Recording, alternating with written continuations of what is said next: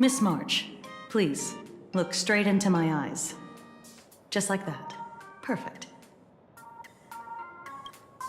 Now, I'll need you to repeat these next few lines after me, and do so in the same tone of voice. Okay. The sky is blue, not a dazzling display of sparks. The sky is blue, not a dazzling display of sparks. Though dazzling sparks may light up the night sky, they can never outshine the eternal silence of stars. Are you kidding? That's one sentence? Okay, though dazzling sparks may light up the night sky,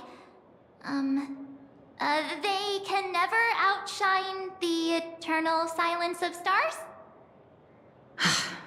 Very good. Very good. The internet is both an umbilical cord and a waste duct for the mind, through which humanity's thirst for elation gave birth to the twisted Sparksy. Whoa there! That's a bit much. Maybe she can be the one to say it?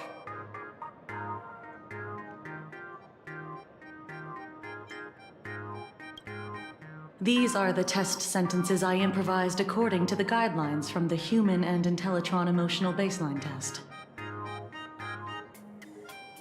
I carefully observe the subject's micro-expressions and tone changes at the moment they say the name Sparksy, to check if they are infected by a mimetic virus. So I passed the test, right?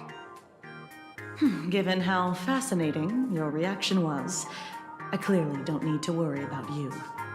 Should you find yourself experiencing any livestream addiction withdrawal symptoms later, feel free to contact the Department of Aberration Defense staff. We'll provide you with a series of corrective behavioral treatments. You're handling this like a real pro, Miss Kuchiba. Has this kind of thing happened before? It's impossible to predict what will happen during the Phantasmoon Games. Once, a supplicant reversed the definitions of truth and lies, which nearly caused massive civil unrest. After that incident, we incorporated mimetic treatment into the Department of Aberration Defense's emergency safety protocols. Sparksy Khan didn't cause any casualties this time. But if your partner hadn't stopped Sparksy from spreading the virus, she might have turned into a calamity-level aberration.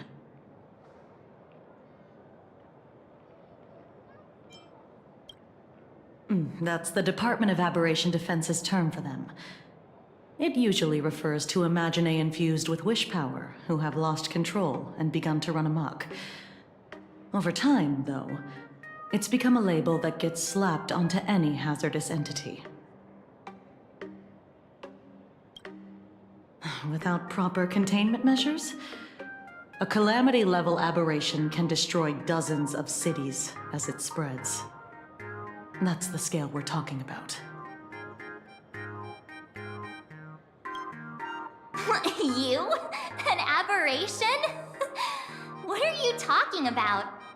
Though, I gotta say, you do look pretty weird with that mask on.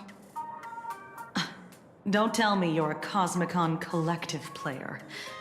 The Department of Aberration Defense's hazard ratings are nothing like the power ratings in some card game.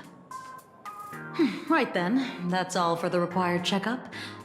If you're interested in aberration calamity threat levels and how they're classified, you might want to take a look at this document. However, do bear in mind that causing damage of the aforementioned scale during the Phantasmoon Games will cause you to be classified as an aberration and dealt with accordingly.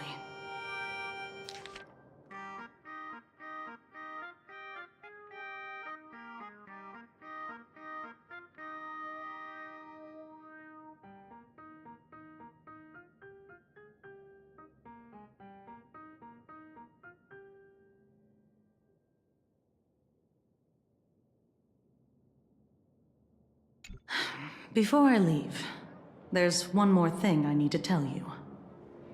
Remember Lyndon Scott? The man who served as your tour guide. He was murdered. What?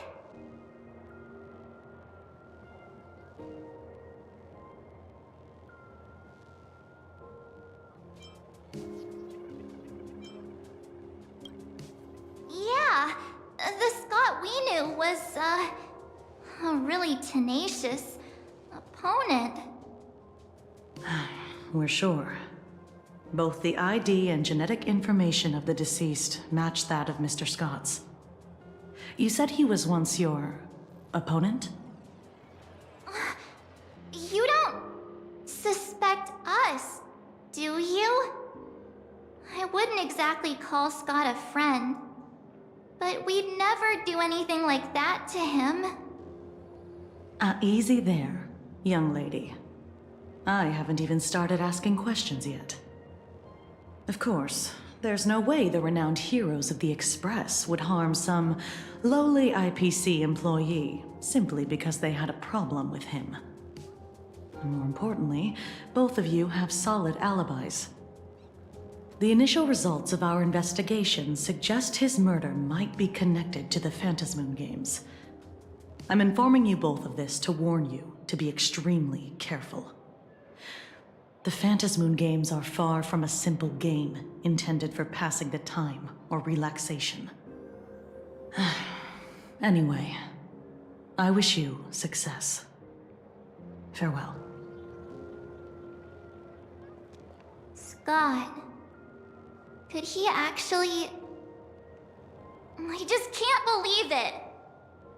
But it was Miss Kuchiba who told us, so... it must be true. So, the Phantasmoon Games. Pretty frightening, huh? What's your take? Yeah. Even though Scott pops up now and then to give us a bit of trouble, I still feel bad about him dying so suddenly during the Phantasmoon Games like this. And without even knowing why. If the killer is here for the Phantasmoon Games, they might become our enemies soon. The Phantasmoon Games.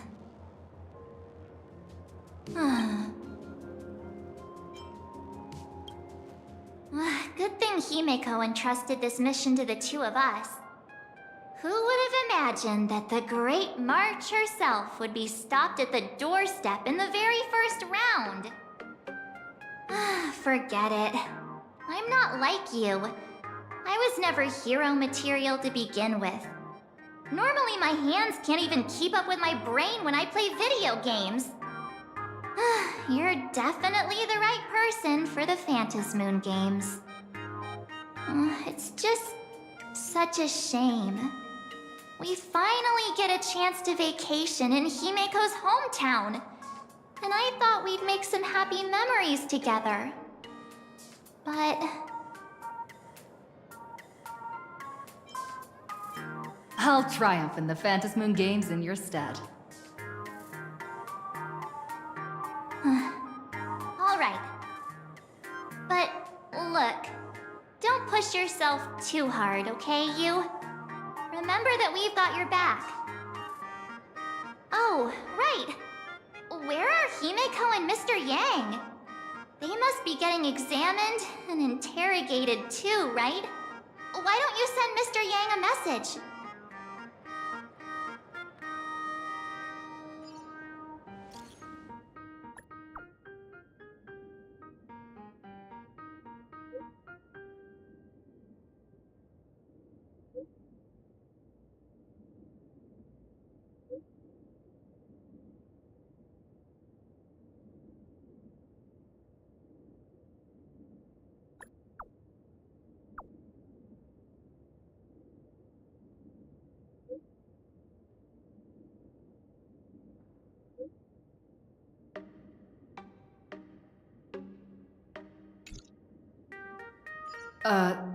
Mr. Yang said he wants to hear what happened between Himiko and her dad.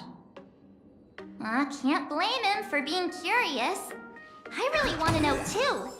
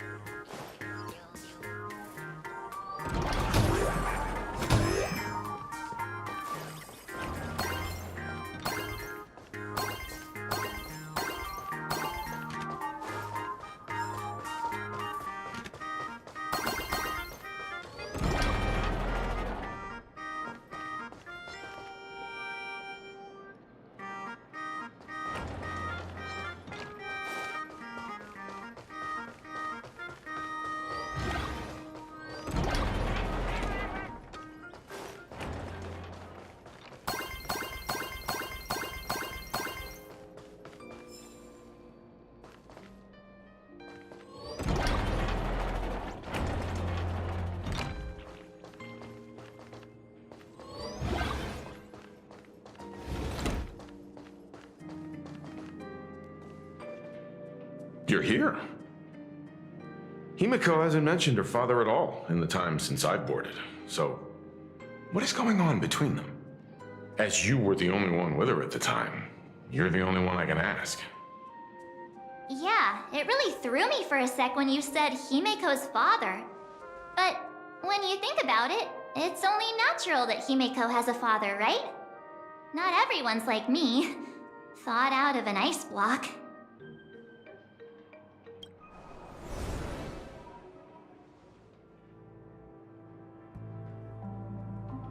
"15 years ago, the Phantom Moon Games of that year came to be remembered as the Blood-Stained Games. So many parents lost their children. So many people lost those dearest to them. One of the victims was my very own daughter. Upon my return, I stood before the grave where she was laid to rest. Her name was Himiko. So, this lady who bears her name, who exactly are you? 15 years ago, when I made up my mind to join this Phantom Moon Games, my father wasn't with me. Even as I fought for my life against the Herald of Death, my father was still off somewhere, wandering the cosmos. Strictly speaking, ever since I can remember, his presence in my life has been as thin as the air in space. So, I would ask you, who bears his name, who exactly are you? Well, look at you. What are you getting so worked up over? Just a joke. A joke. It's been 15 years after all, and you've grown into such a fine young lady. How could you expect your old man to recognize you right off the bat? So, what's with that gravestone I saw with your name on it then? When you don't know if you'll live to see tomorrow, there's nothing strange about getting your affairs in order in advance, is there, Mr. Ryusuke? Mr. Ryusuke? How could you be so formal with your own father? At least call me Dad like you used to, okay?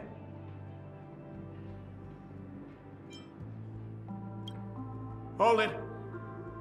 And you are... Don't tell me. Himiko, is this your child?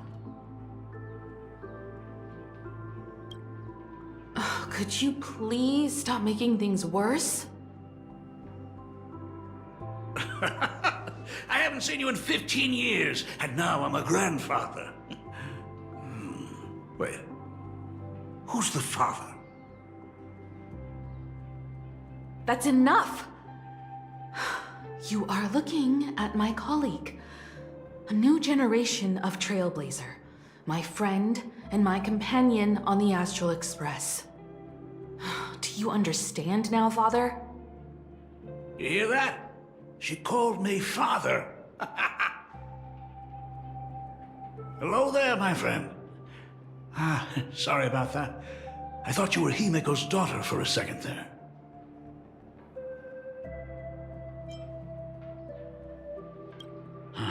Sorry. I'm just getting on in years.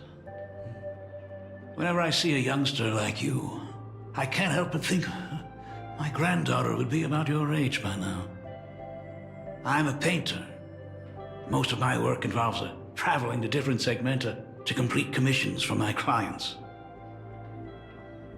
Himiko. I know I've let too many chances to spend time with you slip away. Just slip away? The first time we met was at Mother's funeral, when I was already 6 years old. Let's put that aside for now. Were you also too busy with work when I was suffering from a weathering curse? You might not believe me, but I've been running around for your sake all this time. All these years, I've been trapped in this room that represents the past that I imaginated. And I've never left it. You didn't know about me becoming the Express's navigator either? 15 years. The Express never stopped here once. You didn't even leave behind so much as a single word to indicate you were still alive. And the Department of Aberration Defense completely sealed off all records of what happened during those Phantasmoon games. I did hear many rumors about the Astral Express, though. I even saw the navigator's name. At first, I thought it was just someone else with the same name. And even when curiosity drove me to look up your picture, I still didn't dare believe that the woman so full of poise and grace was my daughter. She'd grown up safe, becoming a living legend in her own right. I thought about contacting the Express, but what if their navigator was just someone who happened to share the same name?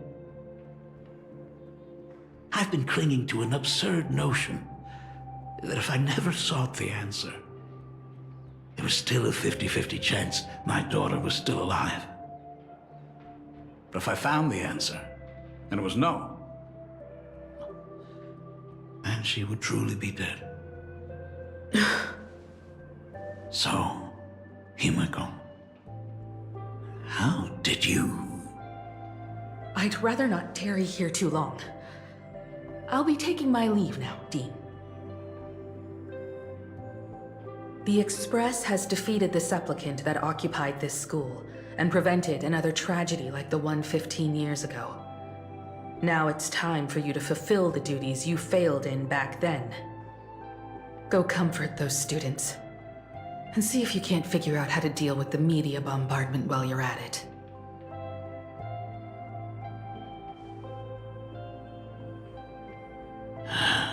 Failed in my duties. So, still mad at me. Can we talk?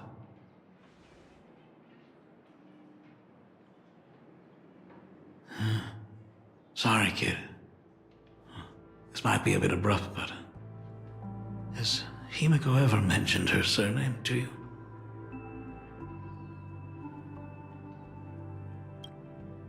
I'm a failure of a father. I broke her heart. But what exactly happened 15 years ago? I can't believe it. She actually survived the weathering curse. Have you heard the tale of the legendary painter Graphia, who hid everything on this planet's surface within a scroll? It is said that to achieve such a monumental feat, she made a forbidden exchange, sacrificing both her own life and that of her descendants, resulting in the weathering curse. Few descendants carrying the Graphia bloodline have lived past 30. Most of them wither like flowers while they're still young, skin cracking and peeling like dried paint. Himiko's no exception. She was tormented by the curse for years.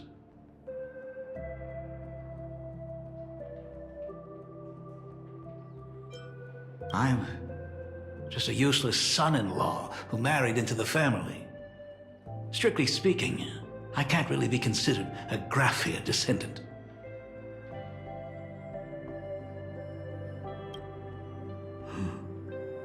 What I did doesn't matter anymore. The Elixir Seekers' folk remedies, the Intelligentsia's guild treatments. I tried them all, but nothing could reverse the curse. All the time spent searching for cures only resulted in me not being by her side when she needed me the most. In the end, I am nothing but a useless father.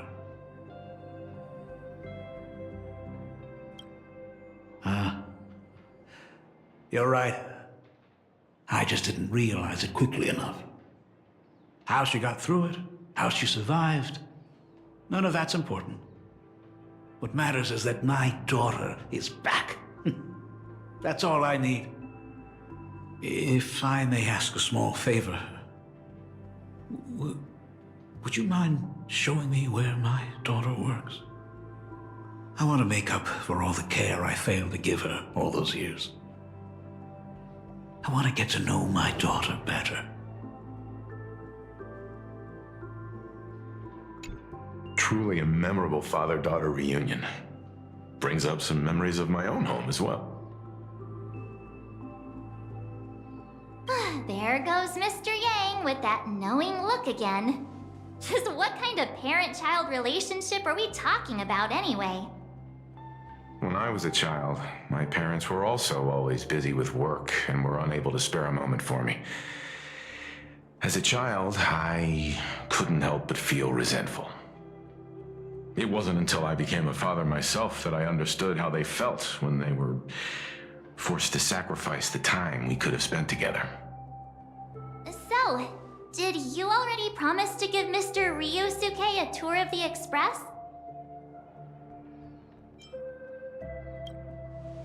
Thought as much. After all, it's Himiko's dad. So, where is he? Ah, everyone's here. Sorry to keep you all waiting. I'm truly grateful to all of you for looking after my daughter. Not at all. She's the one who's been taking care of us. Would you all be so kind as to show me around?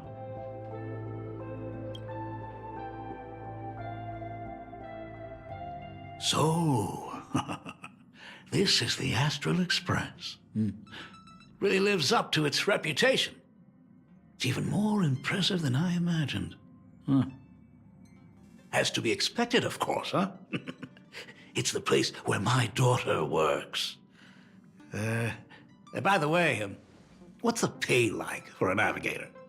Does a position come with insurance and an annual bonus? Talk about parental love. First thing out of his mouth is asking about her salary. Like I'd have a clue. Help! A little backup here?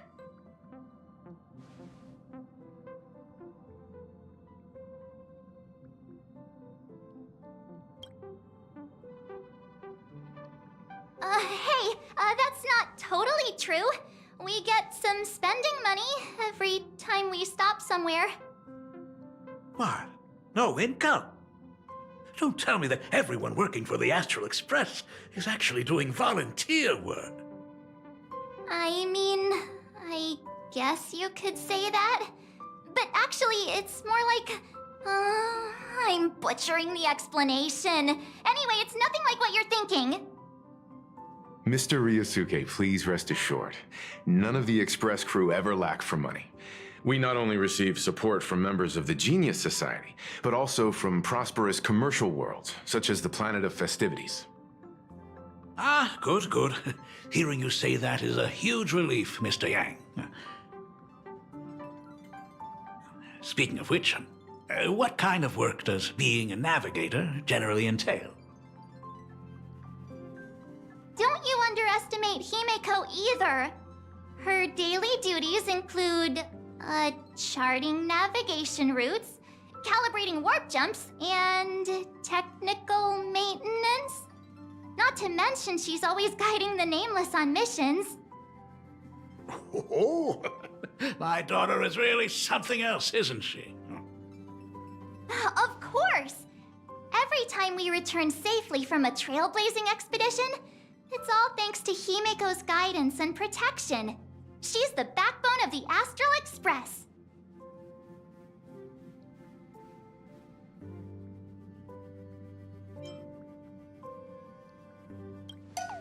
Hey, come on! You're just trying to stir up trouble. If Himeko's the backbone of the Express, then our conductor is the absolute cutest and hardest working of all. Right, Pom Pom? Oh? We got a new passenger? This gentleman does look kind of familiar. No wonder he felt so familiar. How are you, Mr. Ryusuke? Conductor? Oh. So you must be my daughter's superior, huh? Well, thank you for taking such good care of her all this time. Superior? That's way too formal. It's Himeko who's been taking care of the Express and everyone on it. He's... What is he doing on the Express? It's all my fault. I was just curious about your daily work, so I asked your colleagues to show me around. And I know I didn't ask your permission first. Just please don't be mad, Himeko. Mad? Why would I be mad? Mr. Ryusuke, welcome aboard the Astral Express. Is there anything else you'd like to see? I can show you around. Well, I know you'd rather keep your distance from your good-for-nothing father. You're on a journey, and it's rude of me to barge in like this. But it's been way too long since we last saw each other. As your father, I want to get to know you better. Make up for all the time we've lost. At least while you're staying here. Please allow me to show you some of the fatherly care and devotion I owe you. Will you? Excuse me? Why don't the two of you go to the party car? Shush, get the drinks ready. Shush. All right. I'll go make some tea. That's just our domestic robot's name. Come on, Father. People are resting here. Let's not disturb them. Oh, and, come with us.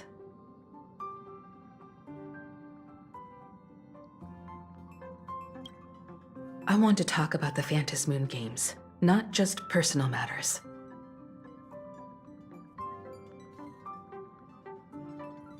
They left. Whoa. That's the first time I've seen Himeko be that cold to anyone. Oh, what are you still doing here? Himeko asked you to go to the party car. I get it. Reunions are private, and you don't want to spoil it for them. That's fair. It won't hurt to give them some time. I hope a drink will help the two of them set aside their past differences.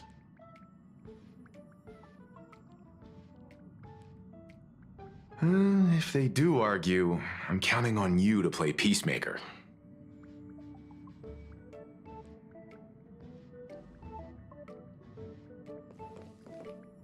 So that's Himako's father. No wonder he looked so familiar.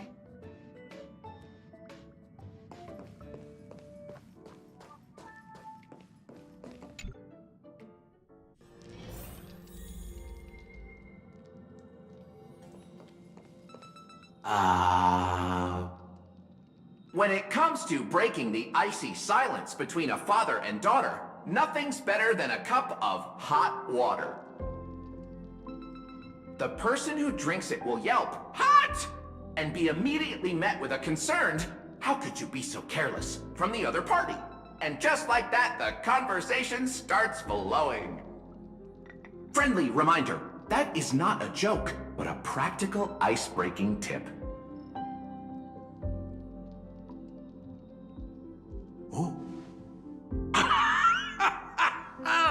Your robot is hilarious. I'm surprised how relaxing and comfy the work environment is here. Got it. I'll make myself scarce.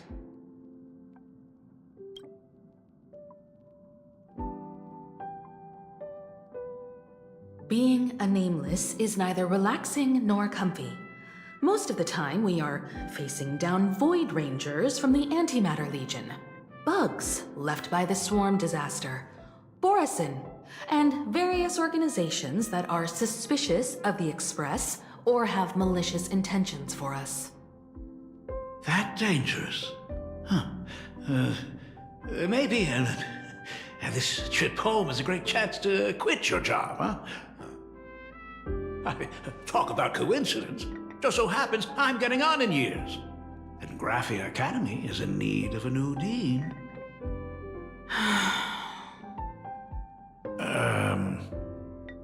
You know that's not what I meant. Once I've set my mind on something, I never look back. Ever since I was 6, when you told me those stories about traveling through the cosmos, I knew that someday I would walk among the stars. Actually, I was just kidding. I'm not completely clueless about what the Express and what you do. Oh, right. Once I knew the Express was coming, I even bought that comic series that's based on your adventures. Please don't tell me it's fluffy across the blue. I never thought you'd be into comics. That's right. The protagonist is a baseball bat-wielding raccoon. The character's based on that kid, right? As an artist, you do have a good eye. Come over here.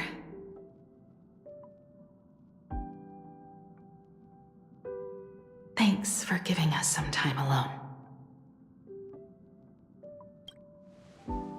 Hey, Miko. That's the first time I've seen you smile since I've seen you this time. So, what brought you back home this time? What's the story behind our lucky meeting? Like I said before, we're here for the Phantasmoon Games. So, the Phantasmoon Games 15 years ago were the reason you were able to overcome the Weathering Curse? Indeed. I see. That makes sense. For those of us who haven't experienced the Ionic game firsthand, it's just something from the history books, or even akin to a myth. But I never imagined that the Ionic game would turn into a blood sacrifice overnight. The Herald of Death was a heartless madman. If I hadn't defeated him then, all of Duomension City would have become his slaughterhouse. During the first few years of my journey, I relived that evening every single night in my dreams. The color of that twilight, painted with blood. So much blood. Blended with terror and screams. The victims were twisted like clay into grotesque shapes, like paint tubes that had been snapped, one after the other. And that man, he reveled in the colors splattered everywhere and wanted the whole world to be his canvas.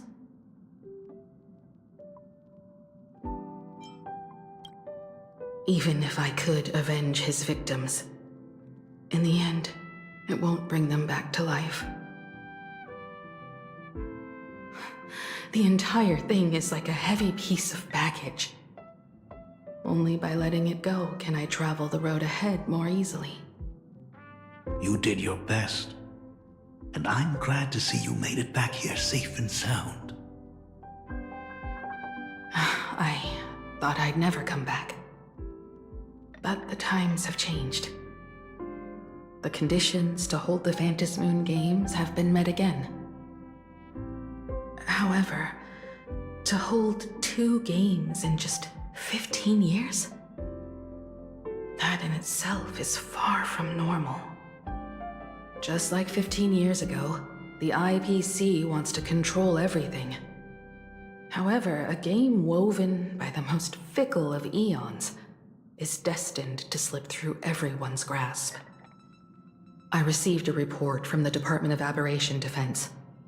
I'm sure she must also have heard. There's been a brutal incident in Dovebrook District. Someone massacred everyone at the headquarters of the Sinwish Syndicate, leaving a signature that only the Herald of Death would use. The Bloody Bloom.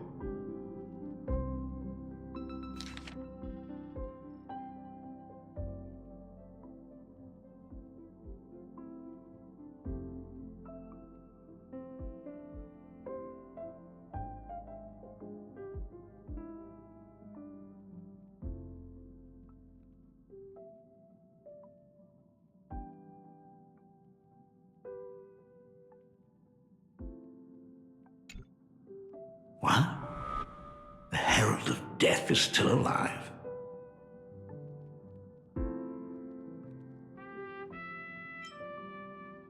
People at the Department of Aberration Defense told me that the Herald of Death was executed after his verdict was passed. Even were he to be resurrected, the rules dictate that the same person cannot become a supplicant twice. Are you saying we've got a copycat? That's right. The Herald of Death has a copycat. But what I find even more worrying is that this Phantom Moon Games has caught the attention of something even more terrifying than the Herald of Death. I believe that whether or not this Herald of Death copycat has a connection to the Phantom Moon Games, defeating him presents an excellent opportunity for you to demonstrate the resolve of the Nameless to the whole of Plain Arcadia.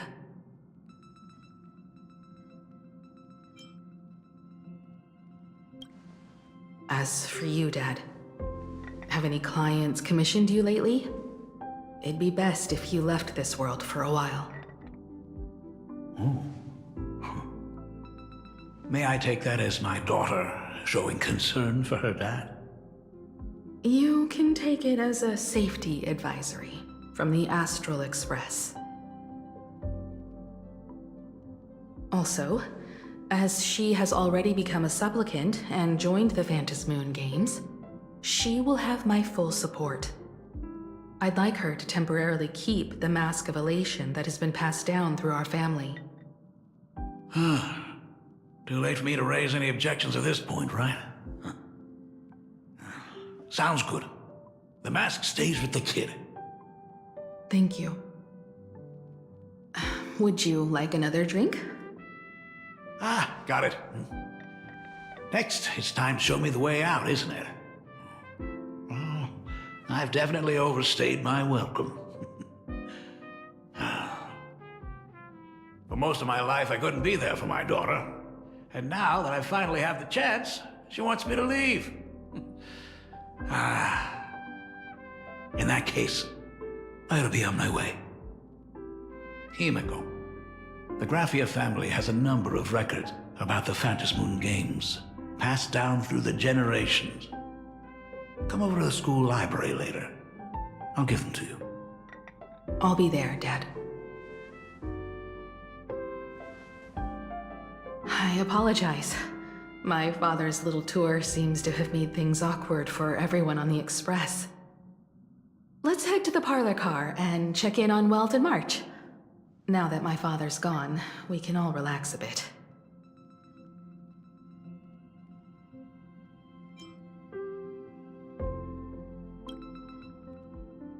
Has Mr. Ryosuke left?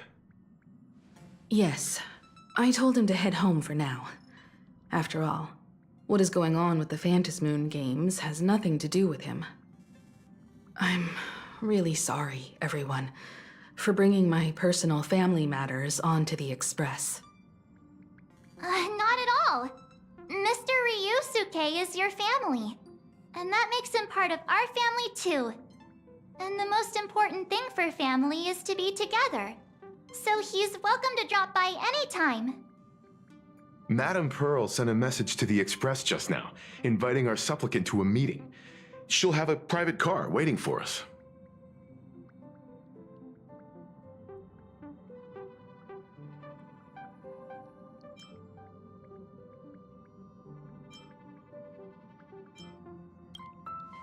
Yes. The meeting won't be held in some stuffy, formal reception room. She would like us to visit and tour the headquarters of a company under her name instead. Himiko, you know about Pearlux Corp, right? Of course. It's the biggest entertainment conglomerate in plain Arcadia.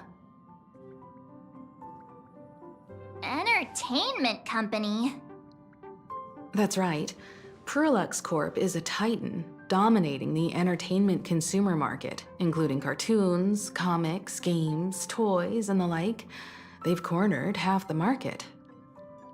Oh, so that's where the Pearl in Pearlux comes from. It's a play on her name. Did Pearl mention what she wanted to talk about? She didn't say much, but she specifically mentioned wanting to discuss the developments regarding the Phantasmoon games, and that she could provide us with a bit of help. Helping her opponents in the Eonic game? Oh, looks like she realizes we are all in the same boat. Perhaps she has also realized that the Phantasmoon games cannot be artificially manipulated. We may be able to get a clearer picture of Pearl's intentions after we meet with her.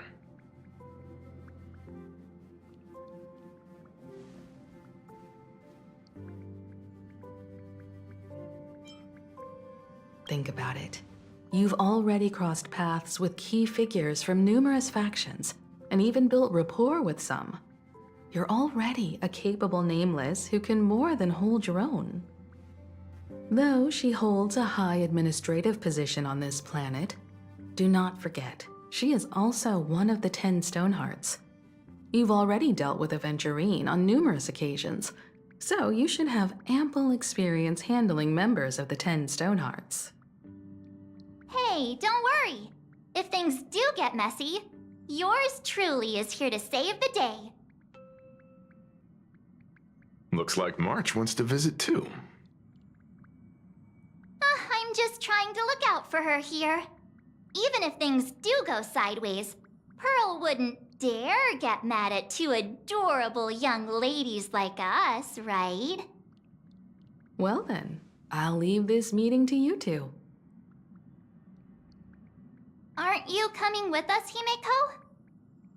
I'd like to talk with my father. Didn't he say he would hand over the records about the Phantasmoon games from our family history to me? And honestly, isn't this a good chance for you youngsters to handle things independently?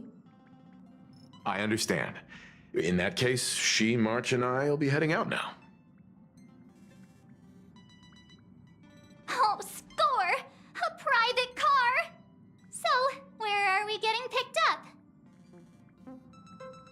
You should be familiar with it. It's just under the giant gate next to the At Plaza. Isn't that where we first met Sparksy? Since we're getting chauffeured there, why not just come straight to us?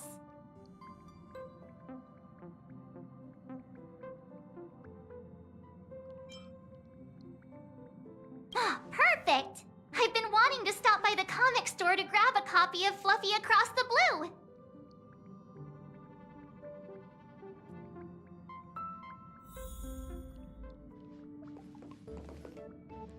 There may be some information in the family records that could help us. It's just that whenever I think about talking with my father, I can't help feeling uneasy.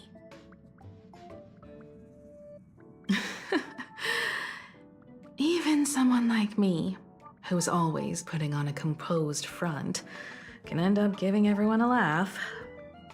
When you think about it like that, the meeting with Pearl doesn't seem so scary, now does it?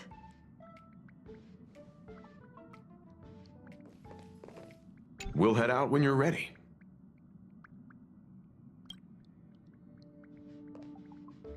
Destination Pearlux headquarters. And let's grab a copy of the Fluffy while we're at it.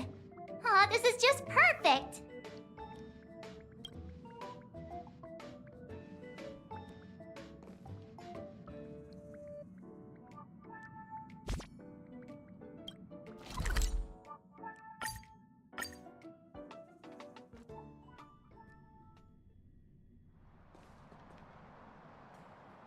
Look! There's a convenience store! Mind if I grab a copy of Fluffy Across the Blue while we're waiting?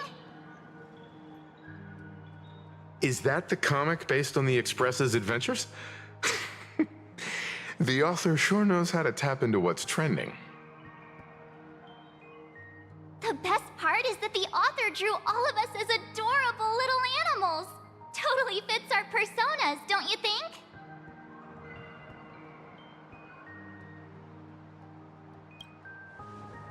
Right back at ya, baseball raccoon.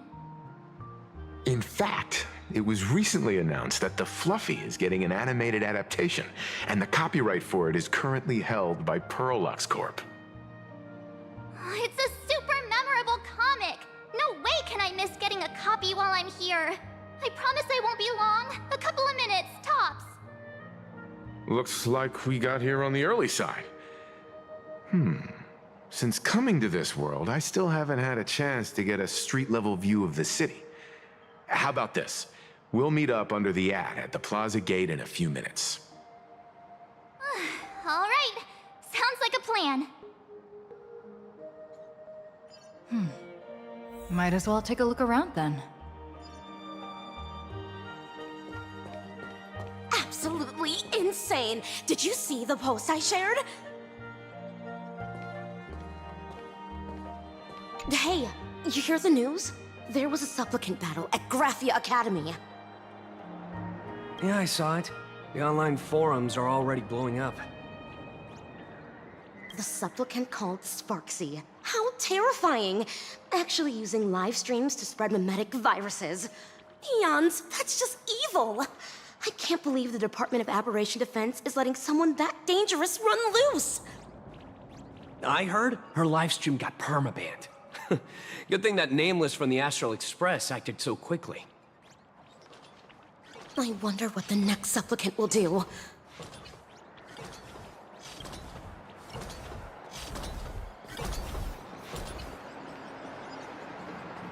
Have you read the new chapter of Fluffy Across the Blue? Have you read the new chapter of Fluffy Across the Blue? Sorry, I'm not into comics for kids. They just released the official concept art for that giant pom-pom robot! That mech design is totally unrealistic. What's so great about it? Do you have the slightest clue how to talk to other people? Do you? Hey, relax. Now, if we were talking about a fusion between Daybreak Squadron and the Raccoon, that would totally get my attention. Wow! You are unbelievably childish!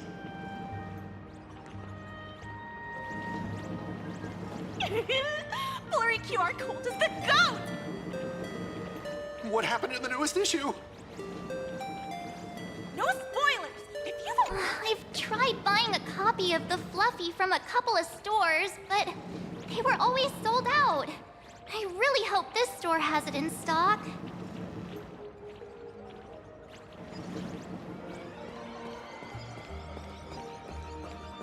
Hello there. Would you like to learn more about the Research Society of Happy Smiles? So, are there any charges or fees? Isn't that Detective Passerby? What's he doing here? Is the weight of work and stress in your life crushing you? Check out the Research Society of Happy Smiles. So, this free? Rest assured, the only thing joining our Research Society will cost you is a bit of your precious time. We've set up a venue near Dovebrook, where we offer free psychological counseling and living assistance to all visitors. All our services are provided free of charge. I had a friend who passed away, and he'd mentioned you before. He told me that if I ever ran into trouble, the kind people at the Research Society would help me. Your friend passed away? How terribly sad! But the words he left you have illuminated your path in life. He told me that if I joined the Research Society of Happy Smiles, I could get rid of my suffering forever and be eternally happy. That true? Of course it's true. Just look at the society we live in. Everyone's suspicious and dismissive of one another, and willing to take dangerous risks just for a little pleasure, for a thrill. Did you hear about how a streamer took over Graphia Academy and was trying to spread a memetic virus through the internet? And over in Dovebrook, gang violence erupted and left a pile of corpses in its wake. Oh, may the Master of Elation save us all. The Research Society was founded with the sole purpose of healing humanity's incurable inner pain. Following Aha's creed, we aim to spread laughter across the mortal coil and eliminate all suffering.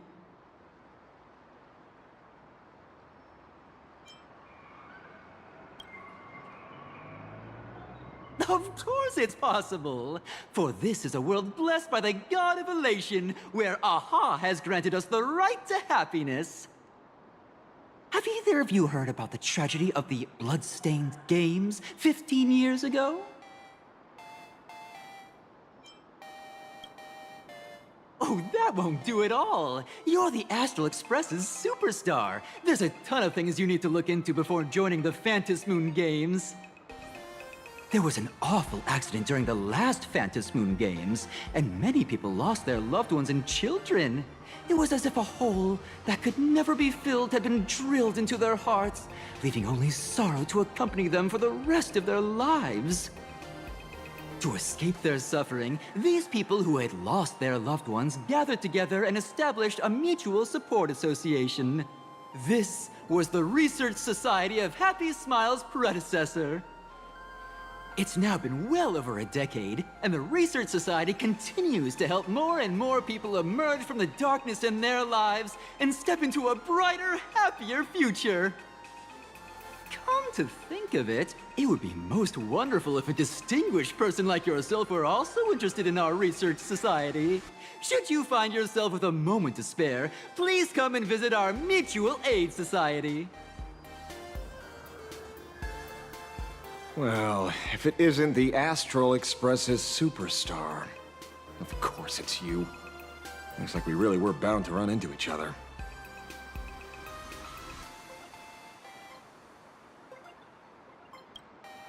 I'm here to do my job. Problem is, you've gone and messed up my investigation.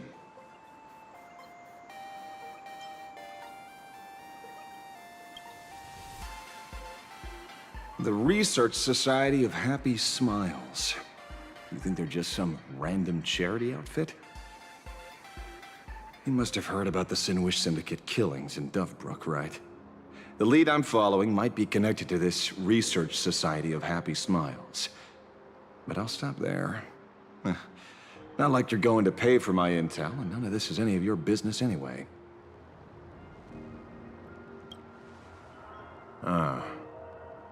Based on your social circle, you wouldn't be talking about the poor IPC sap who was unlucky enough to be there, huh? Planning to avenge him?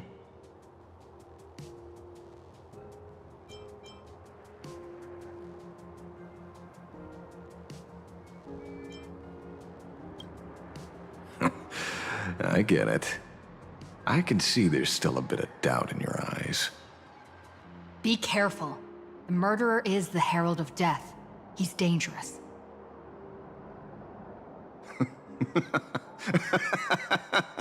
Oh, thanks for your concern. Oh, be careful. Been a hot minute since anyone said that to me. Even so, it's my duty to solve the case. Doesn't matter if nobody pays me. I'll still find the killer and exact justice on the spot.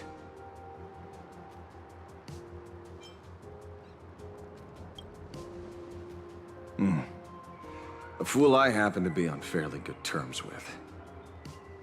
Revenge killings or turf wars. Wouldn't be unusual for gang members to die like that, but dying at the hands of some psycho who kills for kicks?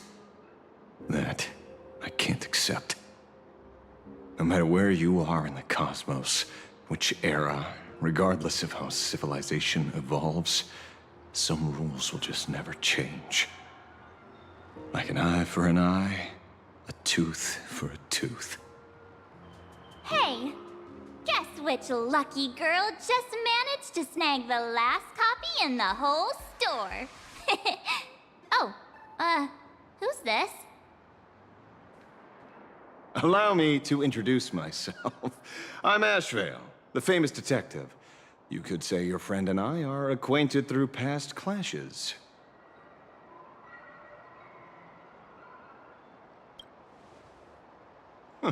We did have a bit of a clash of opinions back at the tavern, did we not? That's what you meant by clash? Fair enough.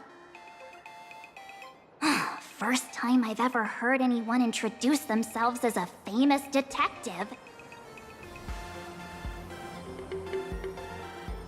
Mr. Ashvale, why are you staring at me? Is there something weird on my face? Young lady, you're holding a copy of Fluffy Across the Blue, right? Would you mind giving it to me? Well, give it to you! This was the last copy in the store, you know. Oh, I see. Of course. I'm not asking you to give it away for free. I'll pay for it. The retail price is 300 credits. I can pay you 10 times sticker price. 3,000 credits. What do you say? Hey, mister, this isn't about the money.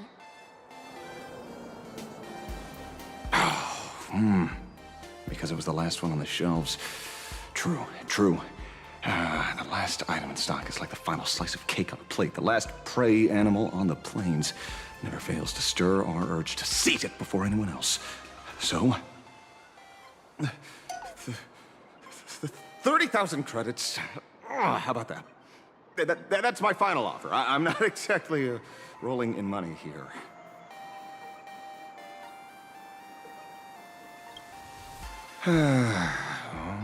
Truth is, I'm actually buying it for that foolish friend of mine. The one who died. Today is his farewell ceremony. I thought I'd buy him his favorite comic to pay my respects. He'd always be rambling on about some raccoon with a baseball bat, and how the journey of the Express would never end, that kind of stuff. I heard those stories so many times, it felt like my ears were gonna fall off. But after all that fuss, I completely missed the chance to buy it. Every store around here is sold out. Oh, that's enough. My poor little heart can't handle sob stories like that. Here, Mr. Ashvale, take the comic. Oh, thank you very much for the comic, young lady. Here's the 30,000 credits. Ooh, as promised. Oh, I heard you're the real-life inspirations for the characters. Since you're here, could I perhaps trouble you to sign it? Unbelievable. Aww.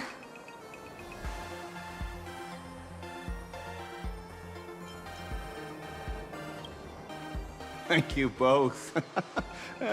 If Kostat could see this from where he is now, I'm sure he'd be smiling down on us. As a token of my gratitude, I'd like to give you a friendly word of caution, little girl. I know you plan to target the Herald of Death and cement your heroic image. However, all eyes will be on you during the Phantom Moon Games. At such a public stage, discretion would be wise. Because when the masses see your magnificent miracles and wield your extraordinary power, fear and jealousy could turn their wish power into wish you ill power at the drop of a hat. Forgive the expression, but you get what I mean. So, whatever plans you might have for this Herald of Death, why not leave the whole messy affair of revenge to someone who couldn't care less about winning or losing? Like me. Just like this comic, I'm dead set on getting him.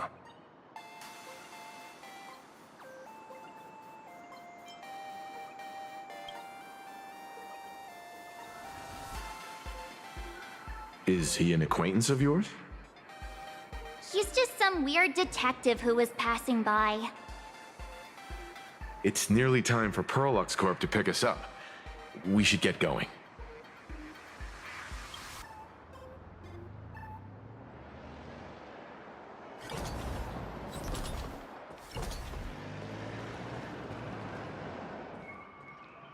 Well, we're here.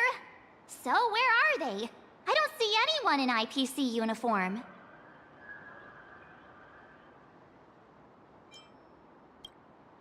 This is the time we agreed on, no mistake about that. Maybe they got held up in traffic. Greetings, crew of the Astral Express. It is my honor to escort you on your visit to headquarters. Mechatron? I am guard number 100086, created by Perlux Corp, a security specialist from the business division. My designated human name is Faerun, said to derive from an ancient language meaning iron. It's a pleasure to be of service.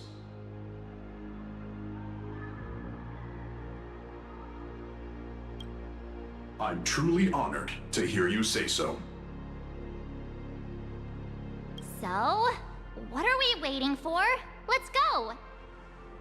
According to the instructions given to me by Madame Pearl's secretary, there is still one more guest I need to pick up.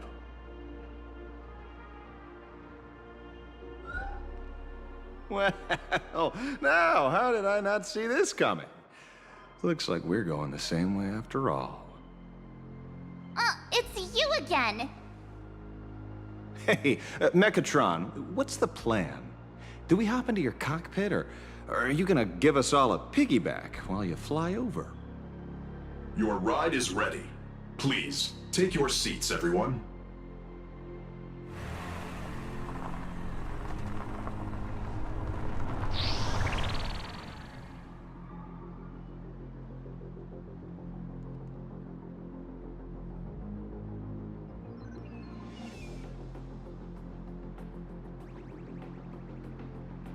Whoa!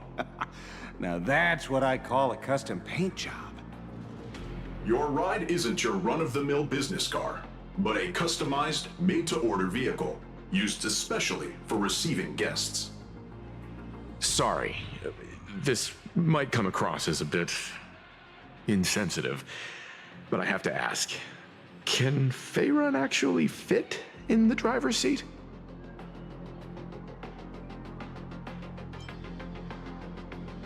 Of course not. I'll be driving and monitoring this vehicle remotely. Please, take your seats.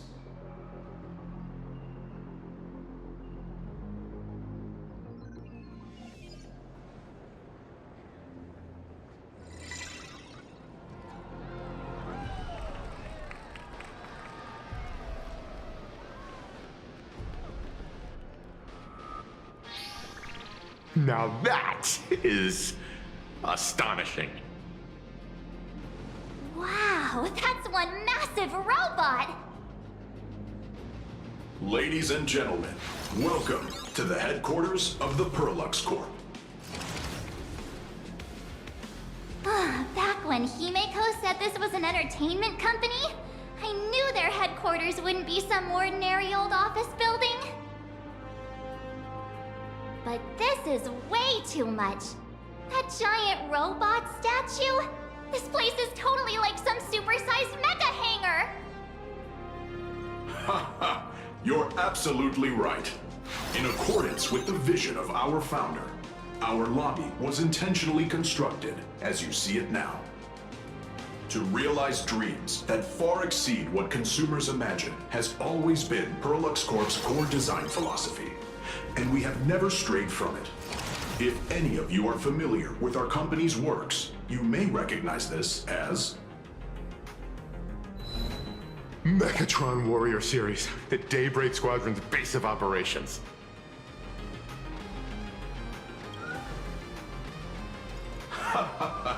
Looks like Mr. Yang here is quite a fan of our company's animated works. Now, Madame Pearl would like to invite everyone from the Astral Express to take a tour before your official meeting begins. She has arranged for a member of our staff to accompany you, so please, wait here a moment. I understand, Mr. Faerun. Thank you for escorting us all this way. Well then, I'll take my leave. This way, Detective.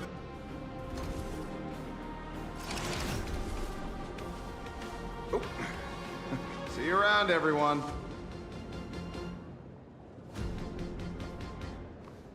Oh, really? Pearl wants us to look around here before the meeting? That seems kinda weird. Could it be related to her proposed collaboration? Perhaps this is her way of introducing her other identity. It's all good as long as we get a chance to look around. That works for me. Why don't we explore while we wait for our new guide? Mr. Yang! Over here, quick, come on! Looks like March's inner explorer has been awakened again. Let's not wander too far this time. Mr. Yang, isn't this your favorite giant robot?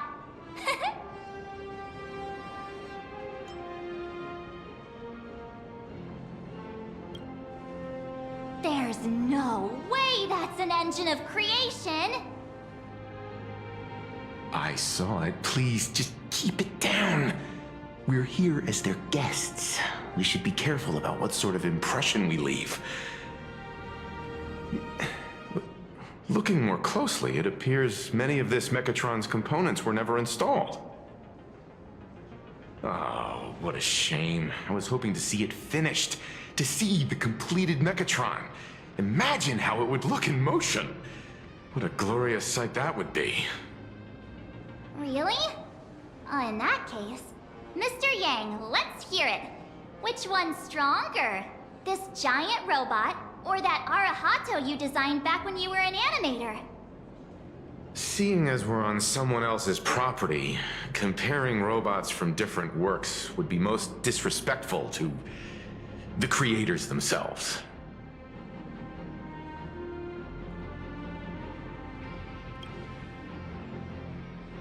Arahato is an animation all about robots, while Daybreak Squadron is a live-action hero drama. The two really cannot be compared. Oh, what a stereotypically textbook mature answer.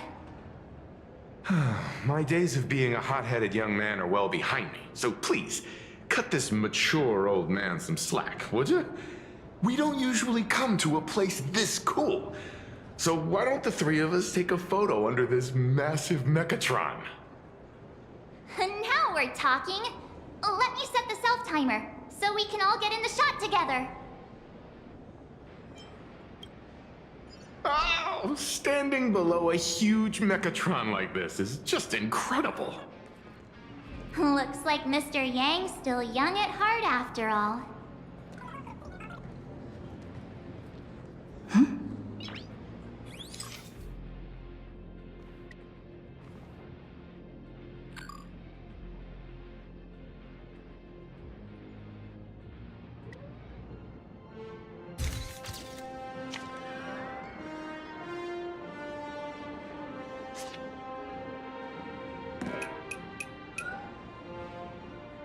Where did this extra person in the photo come from?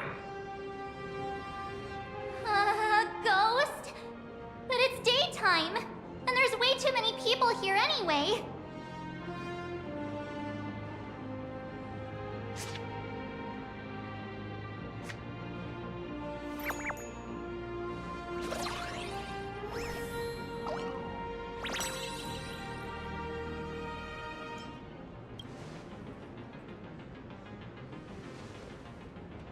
Who are you?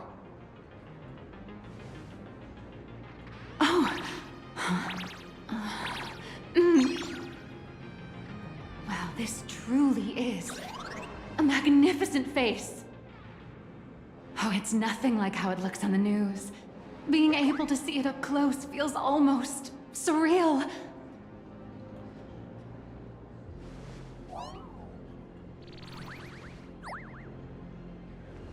Am I too close? Oh, sorry, my bad. I'm not great with personal space.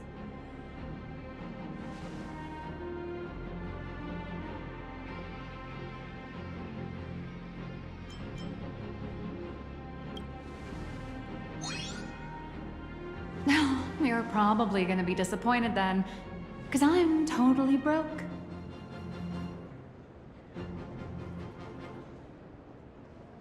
Oh, right, I forgot to show you my ID. Right, here we are. I'm Nihilux, and I work at Parallax Corp's Imagenesis Technology Department. I'm a P-30 agent who works for the IPC.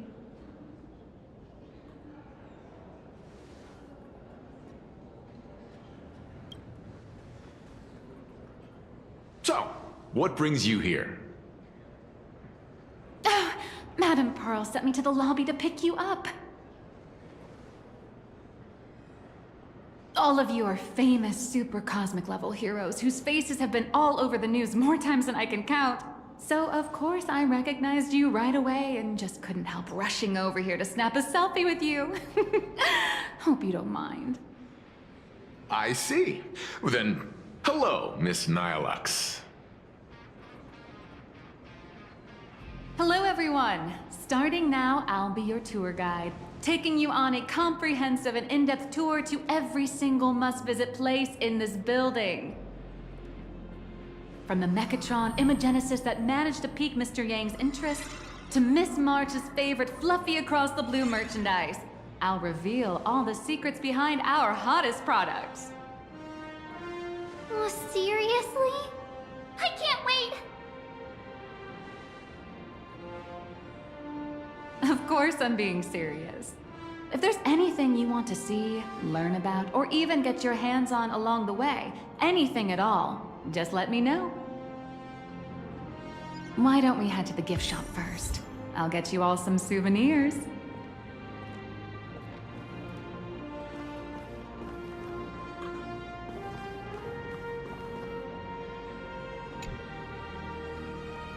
Mr. Yang, you seem reluctant to part with the Mechatron. Want to take a few more pictures with it? I'm just curious. When will this giant robot be completed? Here's a little spoiler. That's actually part of today's tour. We'd like to invite the heroes of the Astral Express to help complete this Mechatron statue. Will it be able to move like the other Mechatrons in Plain Arcadia once it's done? That's... Oh, I'm afraid it'll be a bit tricky. You're probably all aware that Mechatrons are imaginae driven by wish power, which means they don't actually have any complex machinery inside them. You know how humans tend to unconsciously imagine inanimate objects as living things that can think and move? It's this empathetic projection that grants wish power to Mechatrons. No, to all imaginae, giving them life.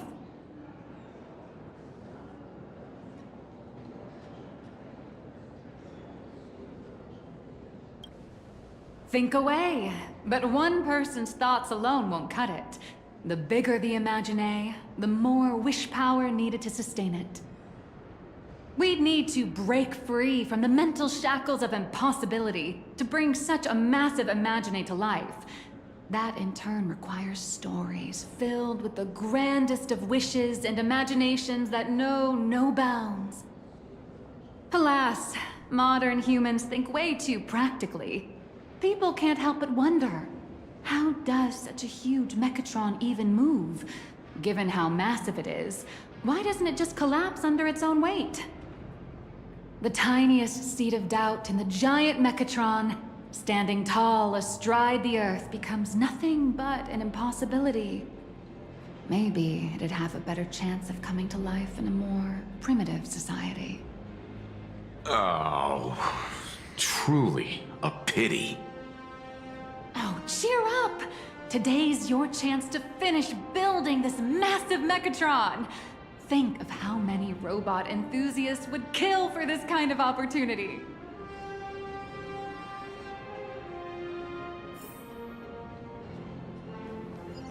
Hang on a sec. Is there really no...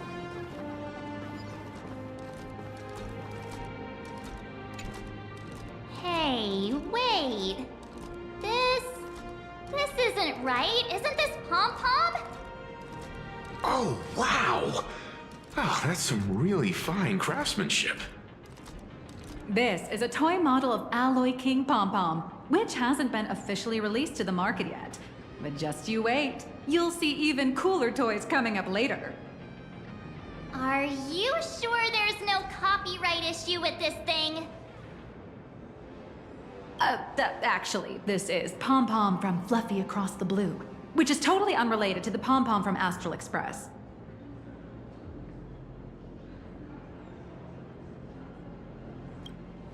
King Pom-Pom and Pom-Pom are different characters. You really shouldn't be making cross-franchise comparisons. Speaking of souvenirs for the Express, I bet nothing could be more perfect than this toy.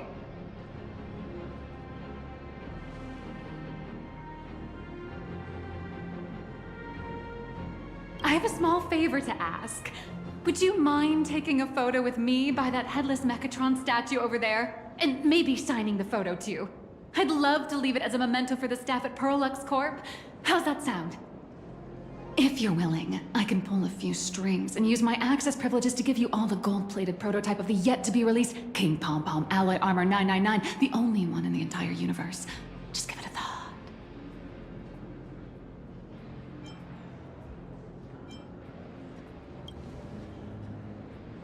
A one-of-a-kind souvenir in the entire universe?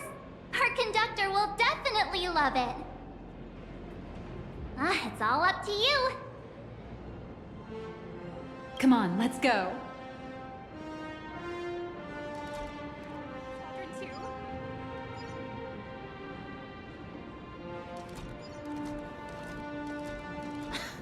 You didn't expect that, huh? And rise to freedom.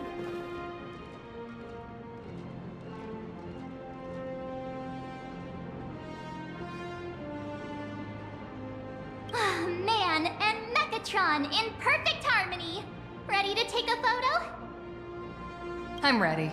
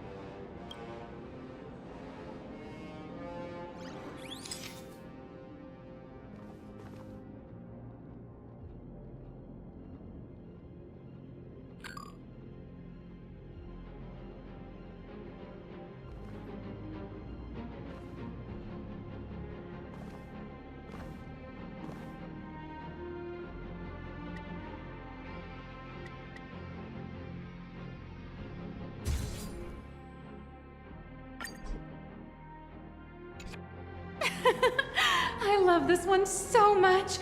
I suddenly have the selfish urge to keep it all to myself.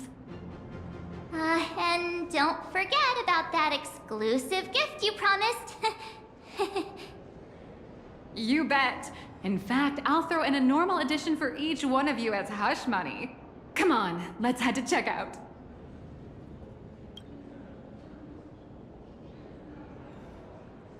You watched Daybreak Squadron too? I love giant mechatrons. Ladies and gentlemen. How are you doing? It's my pleasure to serve you.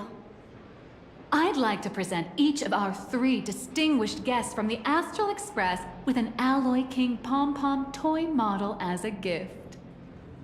Sure, you got it. For the gift expense record, could you please provide your employee ID? Please charge these expenses to this employee ID. Huh. This is Madame Pearl's ID number.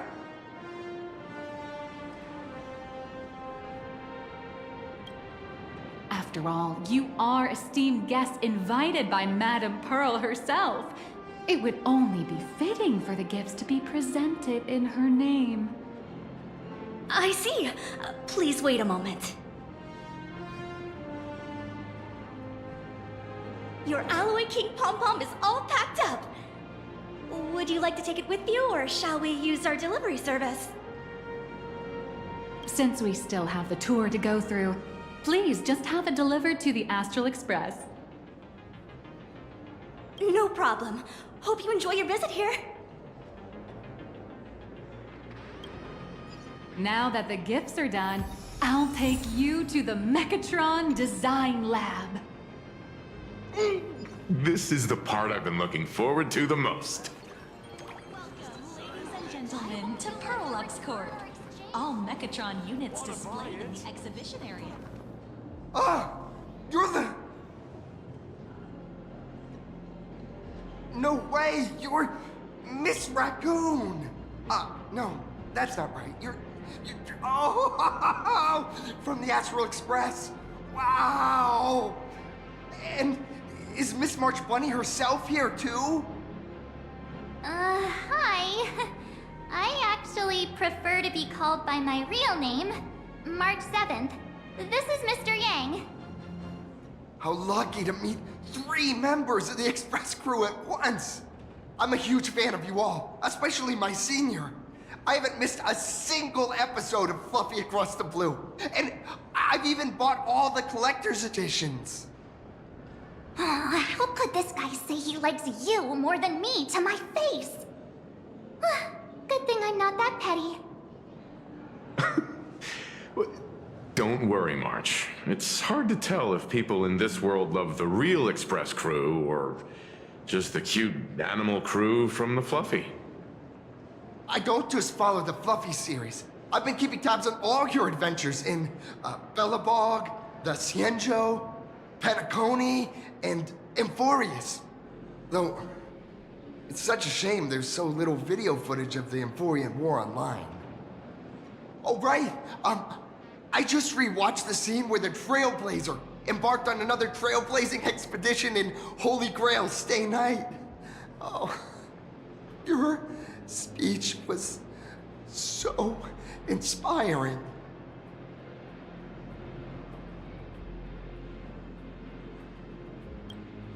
Oh, right!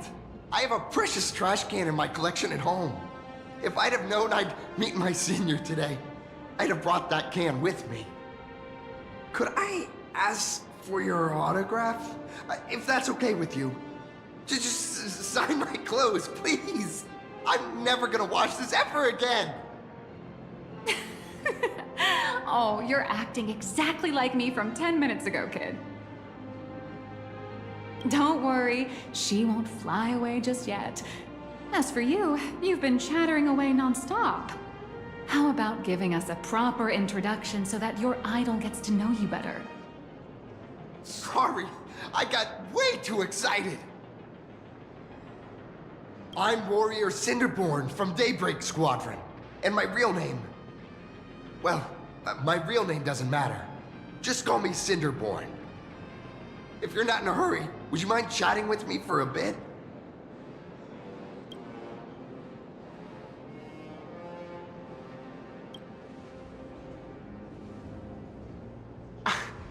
Daybreak Squadron is the most popular superhero drama in Full Wish TV's Mechatron Warrior series, following the story of young heroes fighting alongside Mechatrons against the Shadow Slither to save Plain Arcadia. I never expected Mr. Yang to be so familiar with our story's background. After all, I'm a loyal fan of your show. I'm truly honored. I'm just a small-time actor playing a hero on TV. And like my senior's deeds inspired me, Daybreak Squadron has also motivated people to fight against all challenges in real life. Recently, Full Wish TV got approval from the Department of Aberration Defense. So now, the magical Mechatron Daybreak Warriors from the show can operate in reality. My friends and I are just honored to fight alongside the real Bullet Worm. Sorry. I didn't quite understand that. So, are you still an actor or not? How should I put this? My teammates and I are both actors and real masked heroes. Whenever disaster strikes the city or evil threatens citizens, we show up alongside Mechatron warriors to protect everyone. I'm here today to test a Mechatron's performance and do some advertising shoots while I'm at it. Full Wish TV and Parallax Corp have always been partners. Even the squad's transformation Mechatron is imaginated by Parallax Corp. The more popular Daybreak Squadron's drama becomes, the more wish power flows into the Mechatrons, making the squad shine even brighter in reality. And the more active they are, the better Parallax Corp's model kits sell. It's a perfect, virtuous cycle.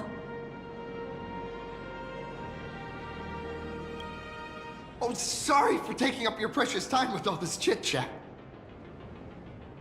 If the crew hasn't visited the combat testing area yet, I'd like to volunteer myself as my senior's opponent for the test. If that's all right with you.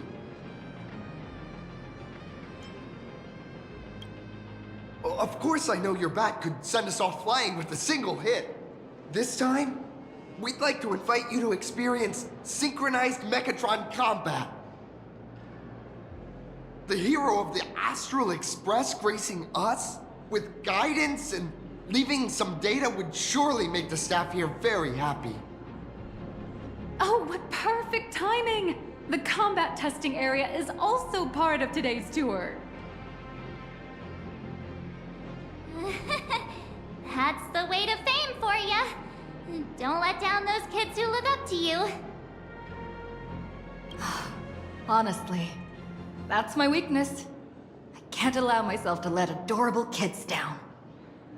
First, have everyone take part in the assembly process for the Mechatron in the control room.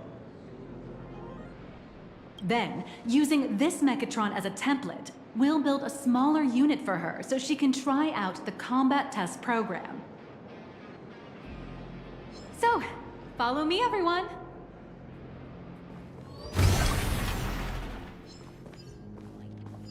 How can I help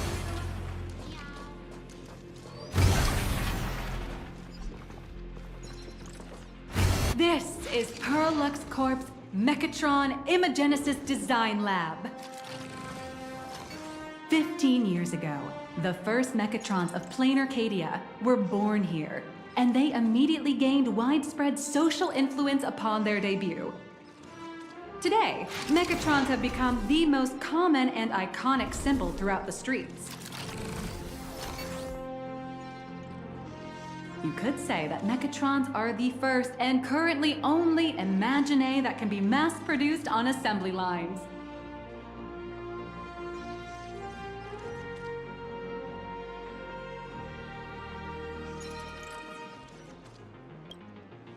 Imaginae, such as Mechatrons, which can be produced and discontinued at will, are the perfect residents for Plain Arcadia, and perhaps the perfect IPC employees too.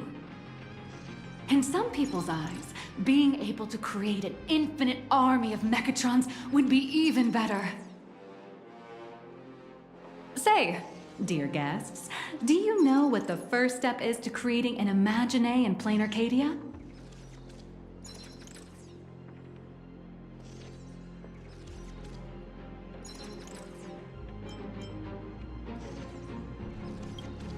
Well, in a way, that answer isn't exactly wrong.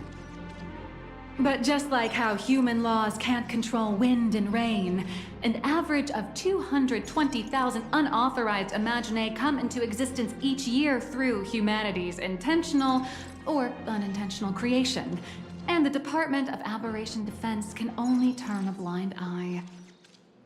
Drawing the physical form means humans using brushes to give shape to fictional beings, which was originally the domain of professional artists. But here, collective creation and standardized Mechatron blueprints have replaced traditional artwork, improving standardized workflow efficiency and reducing wish power resource waste. In short, this is the industrial revolution everyone's been chasing. Oh, to think that even imagenesis, a skill as magical as this, could be industrialized. I'm suddenly starting to admire the IPC. That's nothing. Our company aims to create 2 billion Mechatrons for social production and public services before Arcadian Calendar 2030. And that includes special combat Mechatrons like the Daybreak Squadron. That's a staggering number. But can the wish power of the people here really sustain so many Imaginae? That's why Perlux Corp keeps churning out animations and hero shows one after another. In other places, these are just entertainment. But here, they're legit breeding grounds for spiritual energy.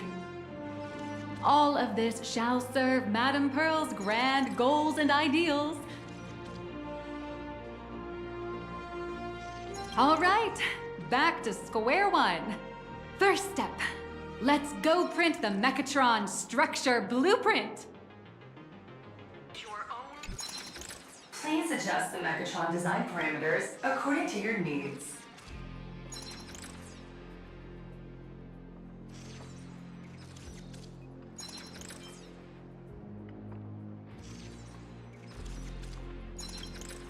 Mechatron assembly blueprint updated. Processing. Printing.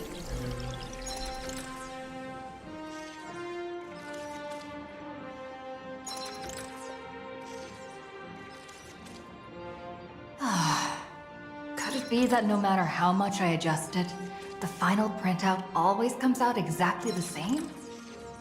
Your suspicion makes sense. But please answer my question first. Which do you prefer?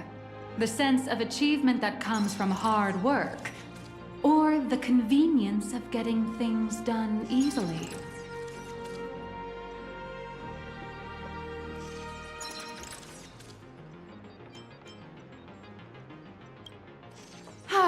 You got that right. The fully automated Imagenesis blueprint design system perfectly matches your needs. You can meticulously adjust every parameter, or just hit one button to skip it all, and the automated system will always produce results that meet the standards. Amazing, right? Just like how the inventors on planet Scrulum used to ask themselves, if all their inventions were already pre-recorded in the Supreme Punch Tape, what's the point of inventing in the first place? Printing complete. Please retrieve your blueprint. What you just said is the answer.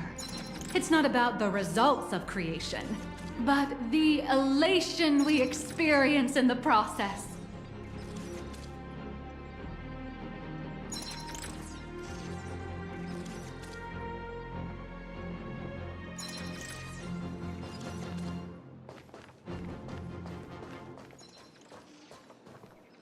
Oh, hello. But please, show me your Mechatron assembly blueprint.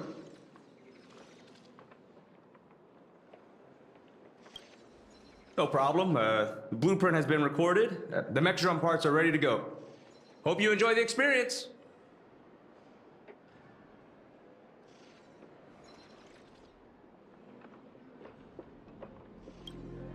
No. March and I will just watch you play from the side. Now then, please follow my guidance to complete the Mechatron assembly. This experience mainly involves assembling 3 parts: the arm, the shoulder armor, and the Daybreak blade on the back of the Mechatron. Go for it, little raccoon! Assemble the Magico Mechatron Daybreak Warriors and save our city! All right, everyone, I'm heading out.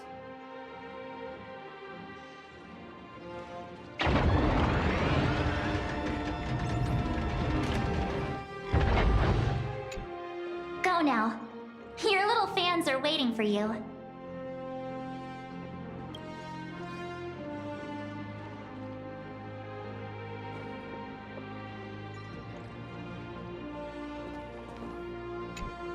Go ahead.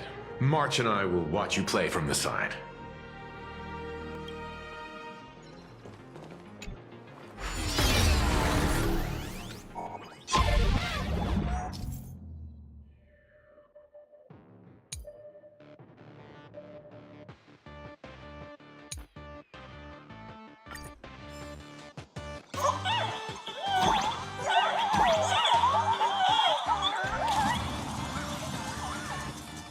The first step of assembly is to remove each part from the frame, one by one.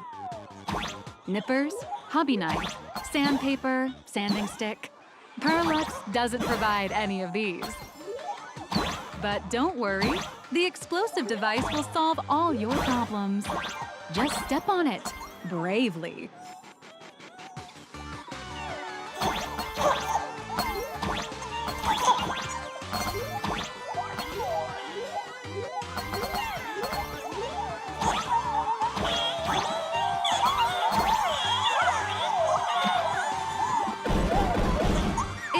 Look brutal, but it leaves no burrs. And that's the magic that we at Parallax Corp are so proud of.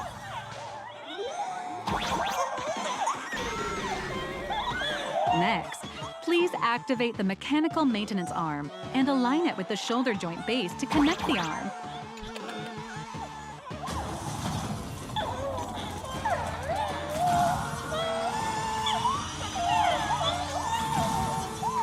Good. We're done with the arm for now. Next, activate the mobile maintenance rack and adjust the mech armor to the shoulder armor panel position.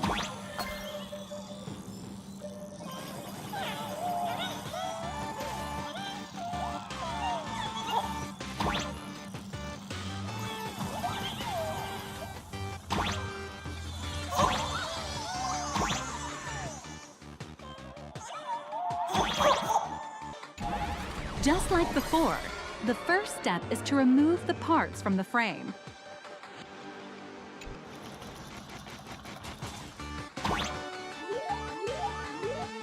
Artificial gravity field adjusting. Please exercise caution.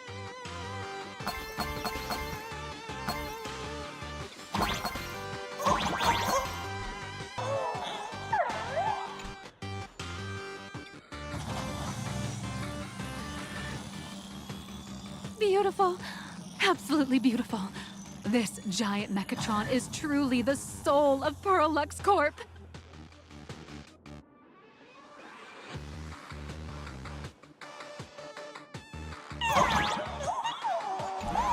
Now, for the final part. Please install the Daybreak blade on its back.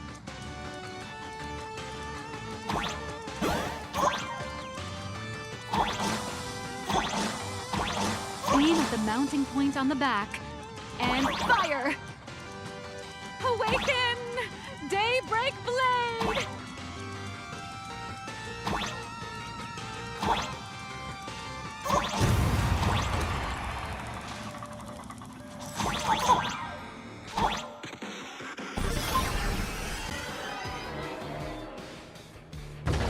Mission accomplished. The colossal Mechatron you built with your own hands will now stand proudly in the center of this hall. The great hero of the Astral Express has graced this place, left behind a blueprint, and even contributed their own inspiration to the completion of the Mechatron statue. What outstanding promotional material this is for the marketing department.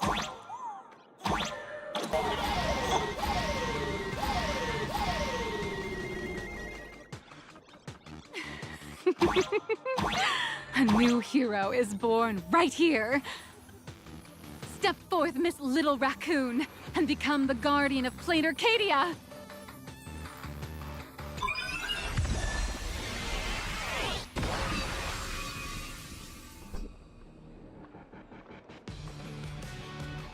Powerful wish power supply entity detected.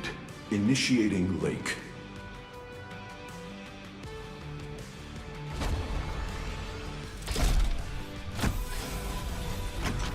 Mechatron synchronization rate, 15%. Assembly complete. Could the next step be?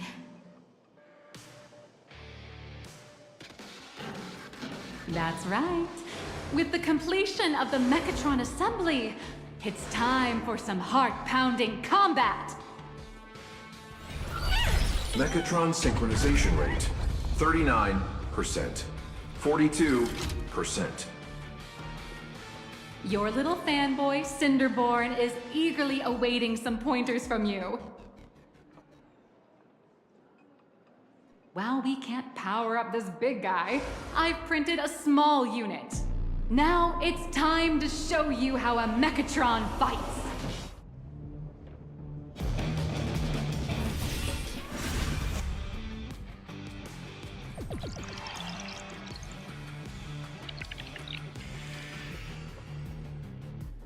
I merged with the Mechatron? Where am I now?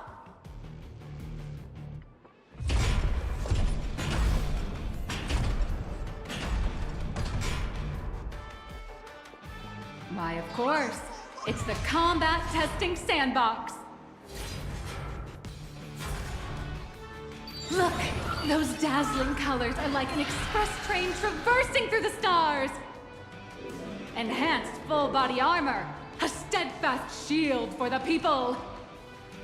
Roar! Let your blazing soul ignite!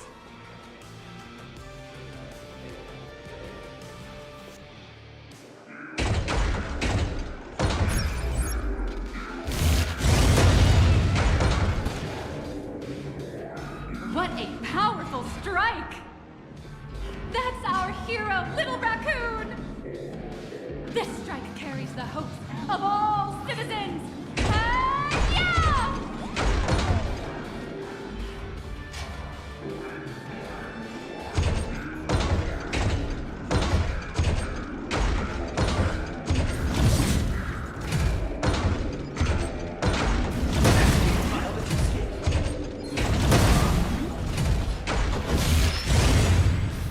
What? Our hero got blocked by an illegal building! City, what are you doing? No choice left. Smash it to pieces, hero!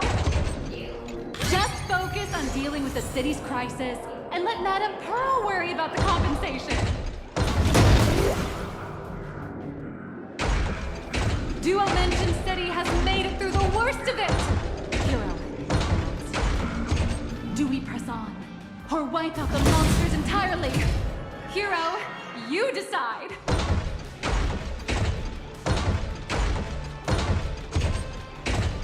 The monsters that were hiding here seem to have been reduced to nothing.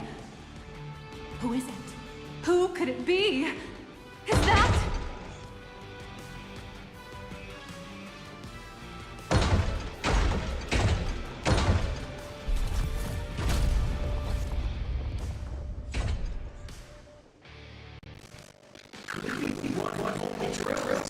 The Astral Express walking towards us!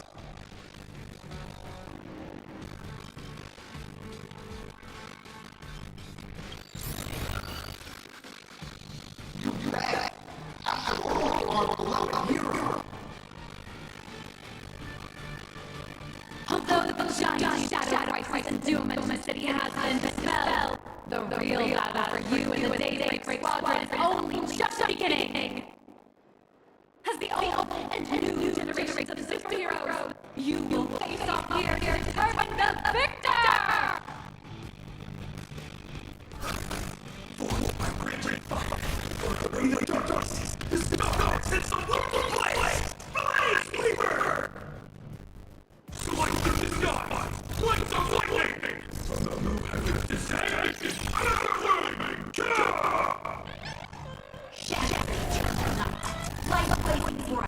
The radiant power of Starlands! Conquer despair, unleash blade steel, and never fails. Sink your goal. You can do it, friend. Dark swings and die. The Daybreak Squadron alive!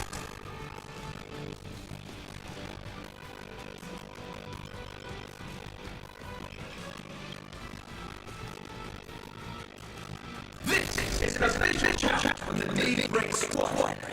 Hero of the Astral Express. If we defeat you, we will accept our invitation to become the honorary member of the Daybreak Squadron and help us fix our base of liberty.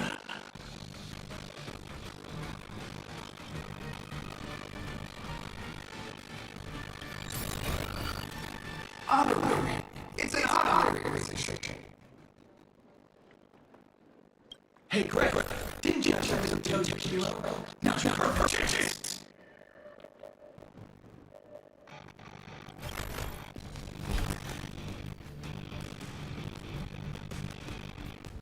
My friend, you know what? Every time I transform into a Megatron, I imagine you. I think about what you would do facing danger. It is your adventure stories that give me strength. So I'll give it my all now. Please don't hold back.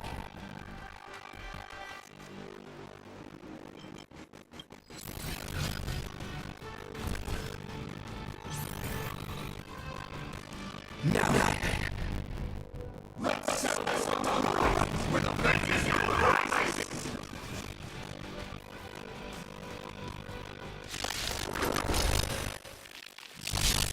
Let the two of us see what you can live.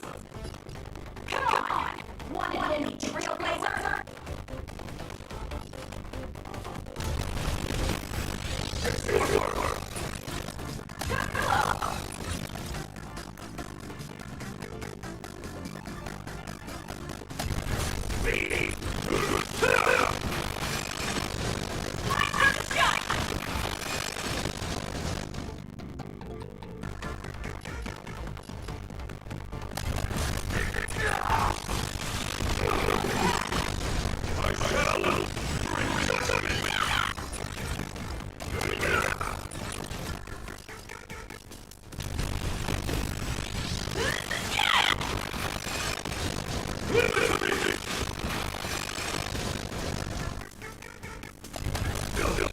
As expected, the Astral Express hero.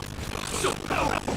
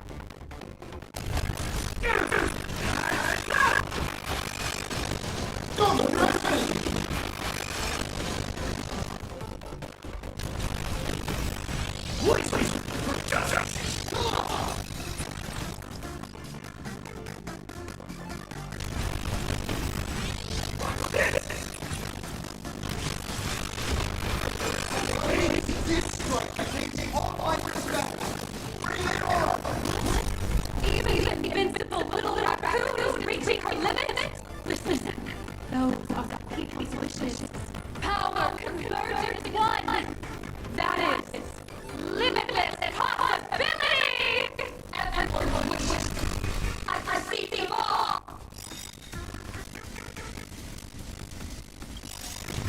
Real place.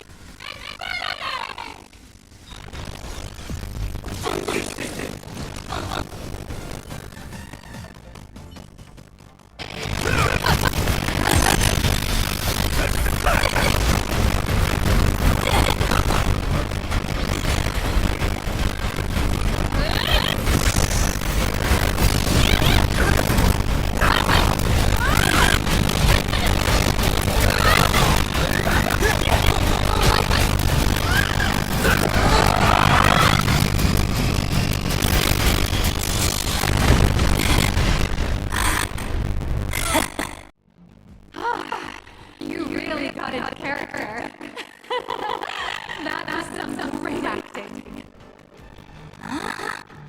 Were we just fighting in a film studio? Don't tell me you actually thought you were fighting in a real scene. That ain't gonna happen. Madam Rose Insurance Fund would collapse. It doesn't matter if it was a real fight or one. What matters is your experience. Did you have fun? The user gave us a 5-star review. Thank you for your kind feedback. Your satisfaction and approval are our greatest motivators. Looks like the Daybreak Squadron is waiting for you. You gave them quite a combat lesson as peers.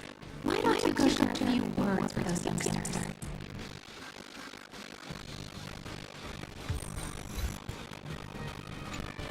Looks like the Daybreak Squadron is waiting for you. You gave them quite a combat lesson as peers. Why don't you go share a few words with those youngsters?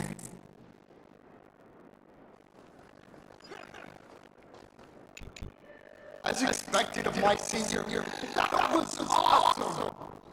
My life is now complete. Before joining Daybreak Squadron, Craig had always been your fan.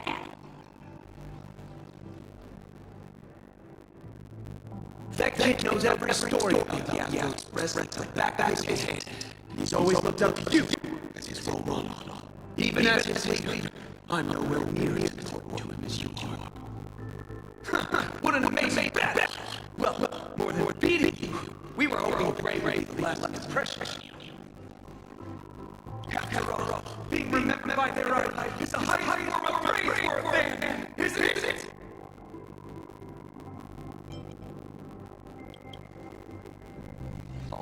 I'm almost satisfied. Just knowing that the name Cinder will remain in my senior's memory. It's a shame, though. If she really could become the best member of our team, her recognition would rise even further.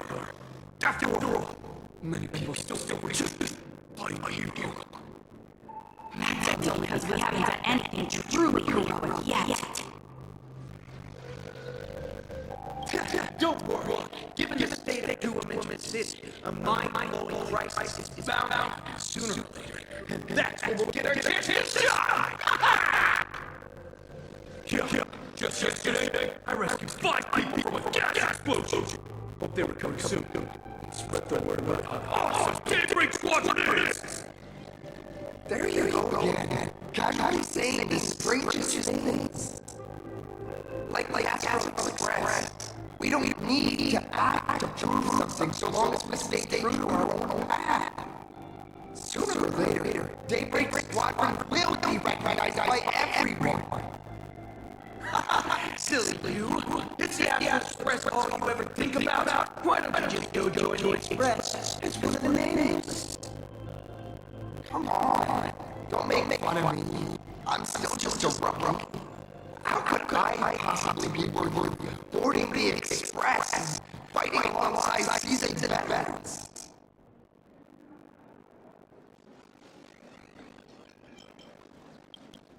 Anyone who perseveres in their own life is a hero indeed.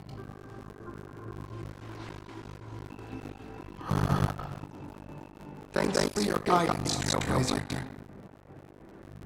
And lastly, I wonder if you could take a picture with the rest of us. Trailblazer, please take together us. Whoa! My senior's so close that my heart's beating like crazy. 3, 2, 1. Darkness wanes, and dawn awakens. The daybreak squadron arises.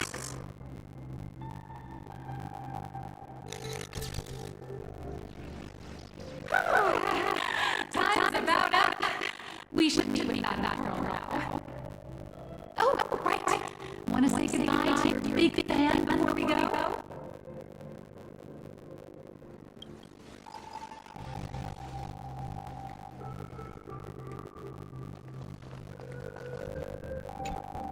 Look, Yellow!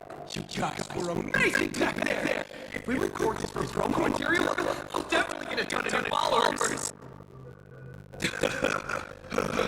If only we could have beaten the names! We were actually so close during the Megatron fight! What are you talking about? There's no way you could have beaten the Trailblazer. Well, it's not entirely impossible, I'd say. Ever since I hibernated, I feel like both my mind and body become so much lighter. Great, you really should join us and do the same. Great. Being a masked hero means facing all kinds of dangers. You definitely feel pretty bad. You can contribute your strength to the team when we need you the most. Looks like your idols are seeing you. We'll wait for you backstage. Great. Senior?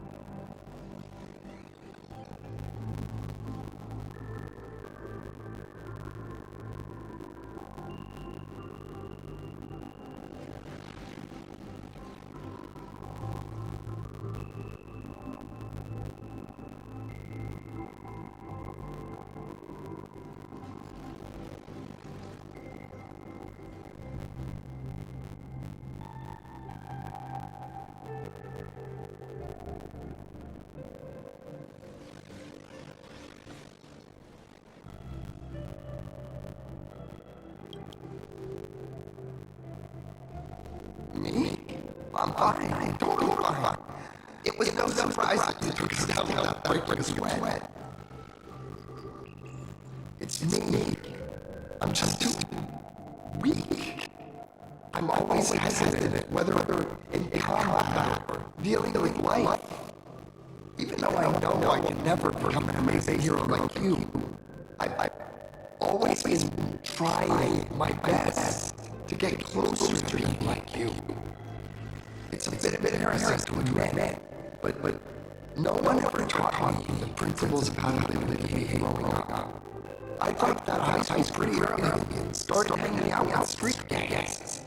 Every time I threw a punch to intimidate someone, I thought I was being a hero. But when I saw how scared those people were, I had this nagging feeling that maybe I was doing something wrong. Later, when I read about the Astral Express story online and learned about her legendary deeds, I finally understood what it meant to be a true hero. Looking back at how immature and awful I was, I made up my mind to lead my own organization. Now I too have a chance to become a hero like you. Together with my brothers and sisters in the Daybreak Squadron, I can bring happy smiles to the residents of Plain Arcadia and protect them whenever danger appears. But I'm just too weak. the immense strength, like the express nameless. I don't even have any special talents.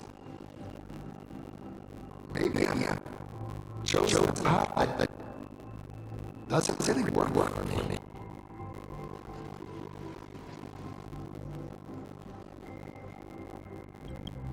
I don't want to give you empty platitudes about humans triumphing over fate.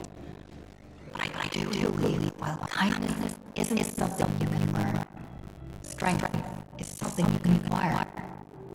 Your desire to fight by those around you, and your wish to bring smiles to others, that's your greatest strength.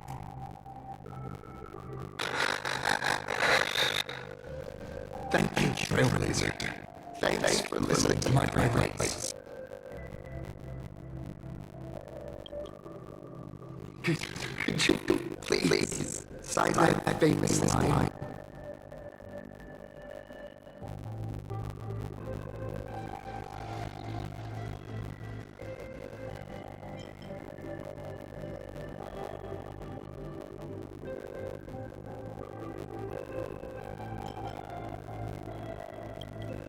That one's not bad either. Yeah. It was the stars that first set that name on their journey. And now, I can see that same star in your eyes. I'll remember today for the rest of my life. Goodbye, Trailblazer. I hope by the next time we meet, I'll be a true hero just like you.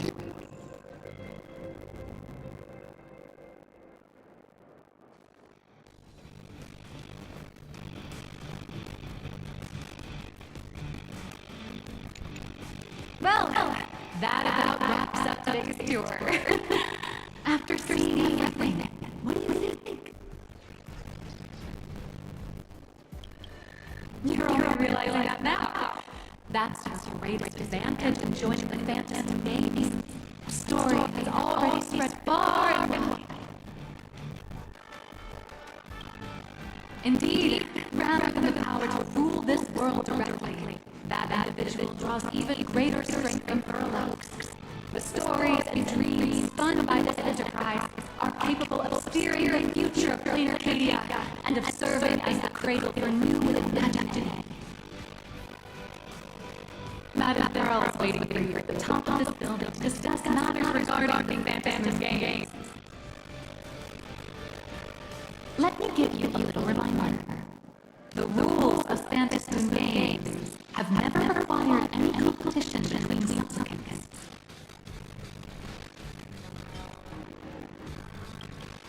As an IPC employee, I've said far too much. Your friends are waiting for you in the hall. You should go meet them. Don't keep them waiting too long.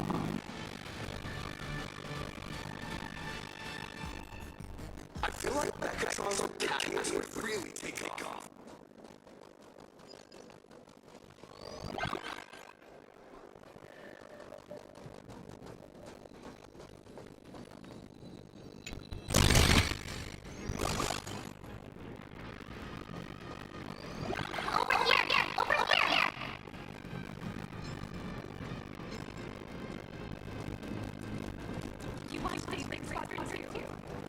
Mr. Yang and I watched the whole thing on the screen!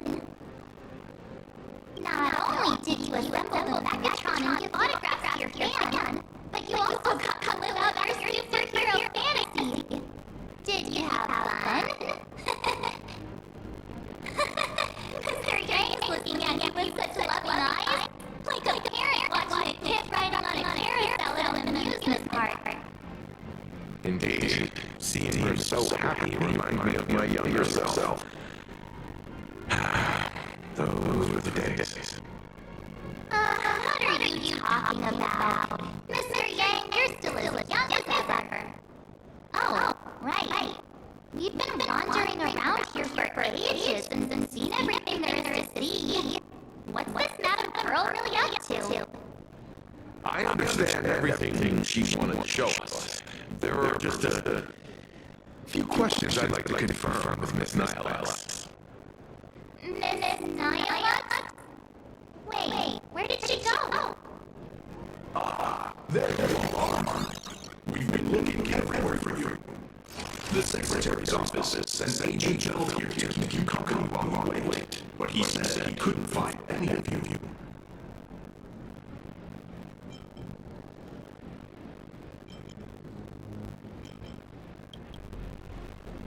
Wait, if Mr. Bell was the one who's supposed to meet us, then who is this Nihilus? Miss Nihilux. Who? Agent Nihilux. An IPC ranking P30. Works at Prolux Corp. Simogenesis Technology Department. P30. Imagenesis Technology Department. Since when did the Prolux Corp have an Imagenesis Technology Department? Could she be some kind of corporate spy who snuck into the building? Oh, this is a real mess. What are those security guards even doing? Distinguished guests, are you hurt? Or did she trick you into giving her money or anything like that?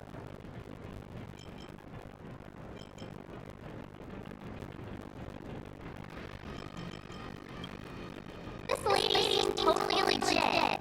She smoothly guided us around the place like a pro. I thought she was one of your people. I need to report this to security right away.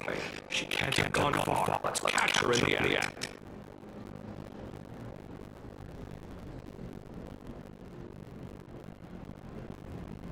Thank you for your help. Astral Express crew. Madam Pearl has been waiting for quite some time. If it's convenient, shall we head out now? I'll show you the way. Please inform Madam Pearl that the 3 guests from the Express will arrive shortly.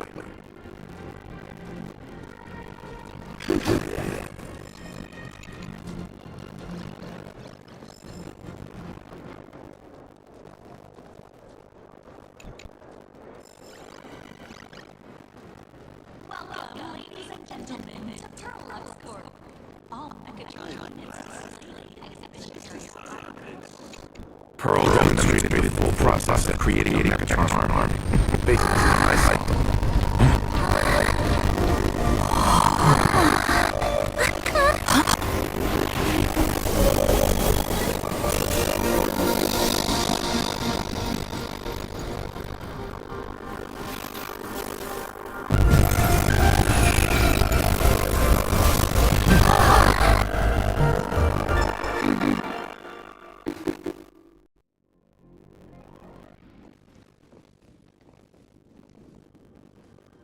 Hello, guests from the Astral Express.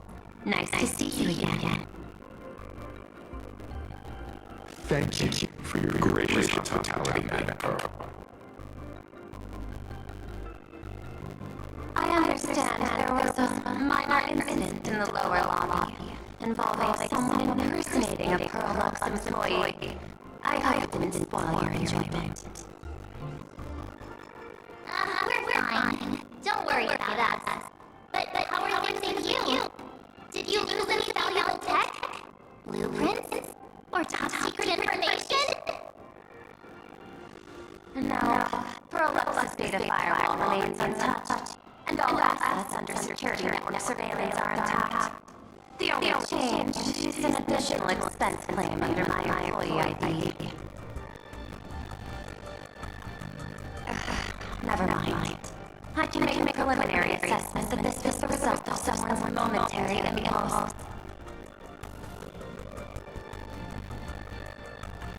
Lately, mishaps have been piling up, like dark clouds before a downpour, casting shadows of uncertainty over my plans.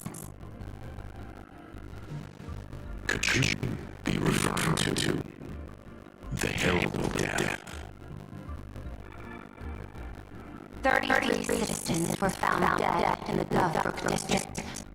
In addition, an IPC specialist assigned to negotiate the purchase of a mass of elation died in an unexpected incident. This party has made overt threats to public order and is clearly challenging the IPC. My intuition tells me this is only the beginning. Managing capital managing a corporation share one thing in common. That is, an aversion to risk and a pursuit of stability. And I bear both responsibilities. As the executive officer of Planar Arcadia, I bear an inescapable responsibility for the safety of this world. As one of the 10 Stonehearts, I hope to bring the Phantasm Games to a swift and safe conclusion. Rather than staging another dangerous battle like what happened in Raphia Academy, I hope the supplicants can show the people of this world miracles of joy and happiness instead of sorrow and rage during the Phantasm Games. Therefore, I'd like to hear the Express's request. Trailblazer, please tell me, what's your ultimate goal for joining the Phantasm Games?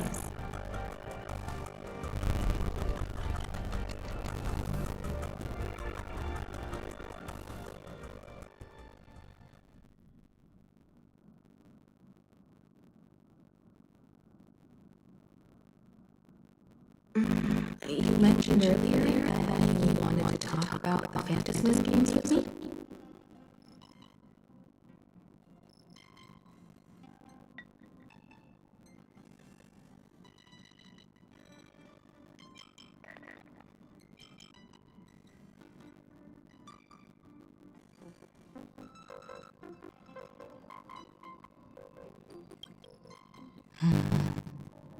I'd like to talk about our ultimate goal of participating in the Phantasm Games.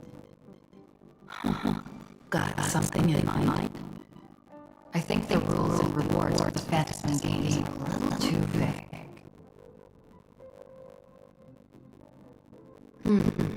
That's exactly what I thought when I joined the games 15 years ago. These games allow supplicants to determine good or evil. As a result, everything that unfolds in the course of these games exists beyond control. What's more vague is what winners do when they share the power of the elation. According to legends and historical records from Ahatopia, victors typically first witness the manifestation of Aha themselves. They listen to the victor's wishes and grant them permission to use their power. And the applications of this power seem to be boundlessly vast.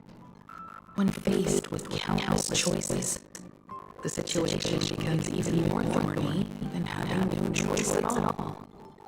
Sometimes I wonder if we had really become the leader of the Anti-Destruction Alliance, how would this trip have turned out?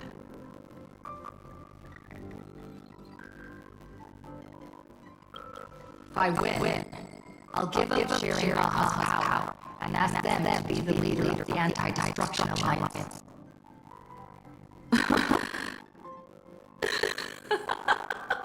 That's such a hilarious idea. I totally picture it.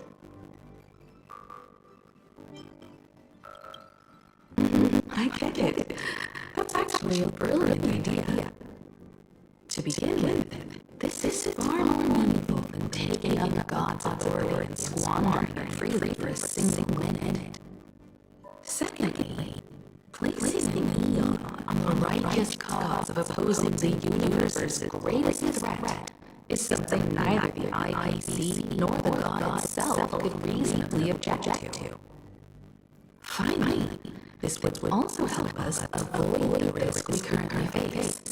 Cooperating with the IPC while remaining wary of being drawn into its ambitions during the operation of the Anti-Destruction Alliance. If we handle the negotiations well, perhaps all could stand behind the Astral Express, just like our cooperation with the Sancho, where we could maintain distance from one another while offering support from afar. The only question is, will Aha agree? Don't worry about that. From what I know about them, they'll agree. What kind of god of game would they be if they broke their own rules? Besides, they still owe the Express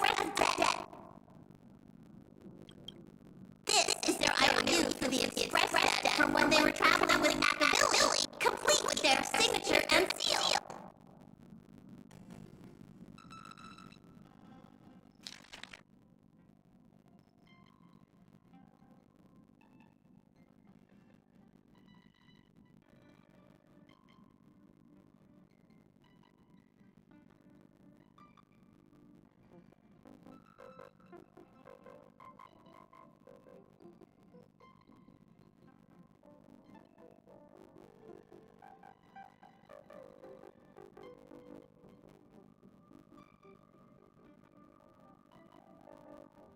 Passenger, use this to blackmail them. That one will definitely give in to your demands. Probably. So, you're saying you want Aha to take on the leadership of the Anti-Destruction Alliance?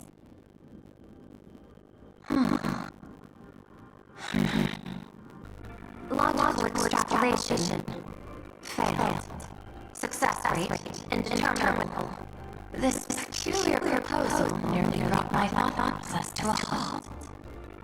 This request is far too lacking in structure, yet within an irrational context, it seems to conceal a certain kind of logic. If the universe is the master of relations playground, then they should do something about this playground that's about to be destroyed. As expected of the Trailblazer, your thinking is so out of the box. I've learned something today. However, I don't think you stand much chance in the games, because I've joined as a supplicant.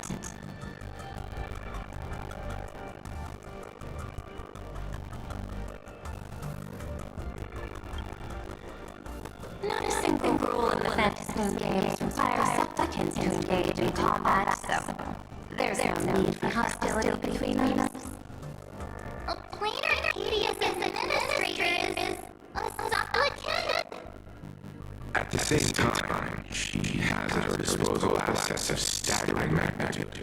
What Prolux Corp among them. With money and power on our side, wouldn't our chances of success be way higher than ours? As I previously proposed to Miss Hino, I'm willing to cooperate with the Astral Express to ensure the smooth progression of the Phantasm games. But the Astral Express isn't your only partner, is it? I have two other allies. However, you all are my most promising ones. Once the Astral Express joins, it will maximize the safety and success of this Ionic game. And I will do everything in my power to fulfill my partner's wishes within that limited minute.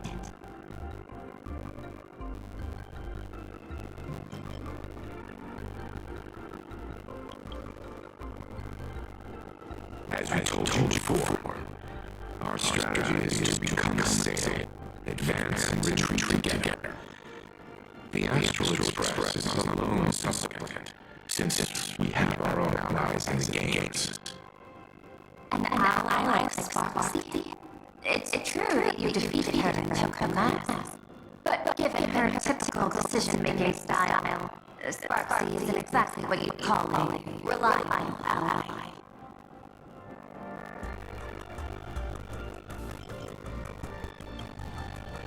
Hypothesis. The syndicate's missing masks.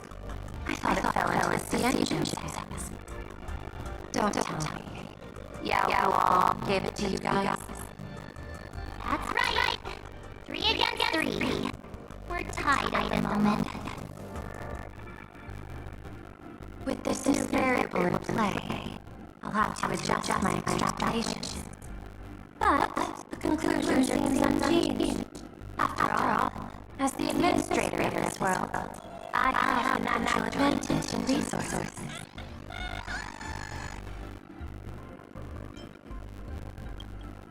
An ITC senior executive, Plain Arcadia's administrator, a member of the 10 Stone Hearts, joining the game personally.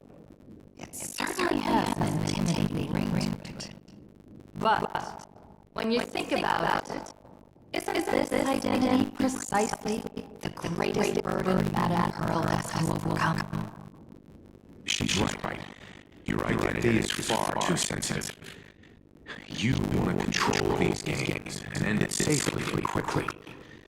But planar curious might not see it this way. All they see is the all-powerful IPC and an influential executive pulling all the strings. Your every action will be scrutinized twice over.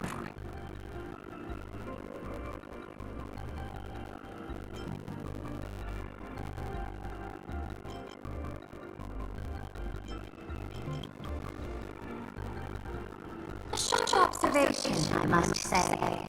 Quite impressive. But I cannot believe you yourself would overlook this. Madame Pearl, what is it that you seek to obtain from the Fantasy Games at any cost? What I see is a treasure lost to this world's history.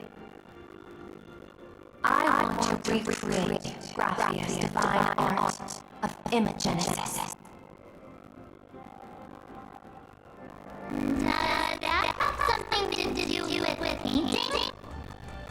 Hard to believe. No.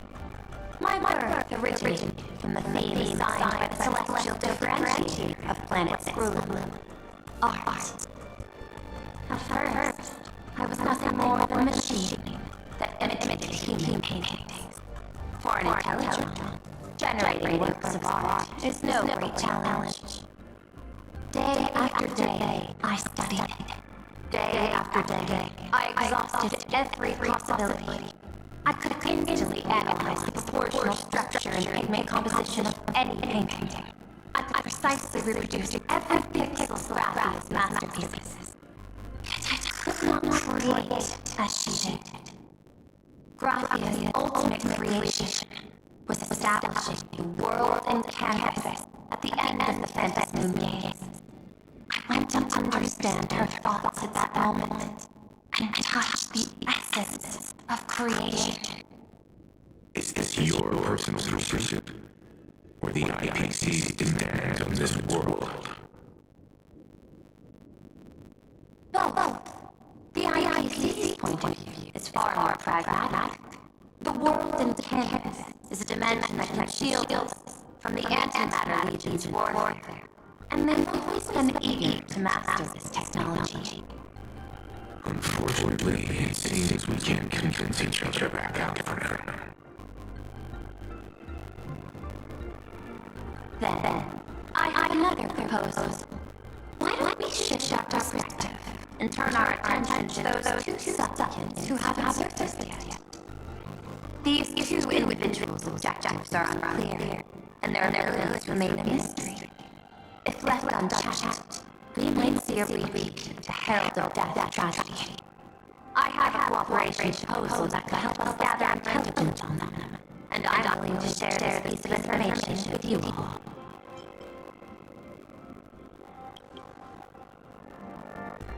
A tiny sliver of your reputation. Before we move on to the details of our cooperation, would you like to take a short break and have some tea to wet your whistles? Or shall we continue?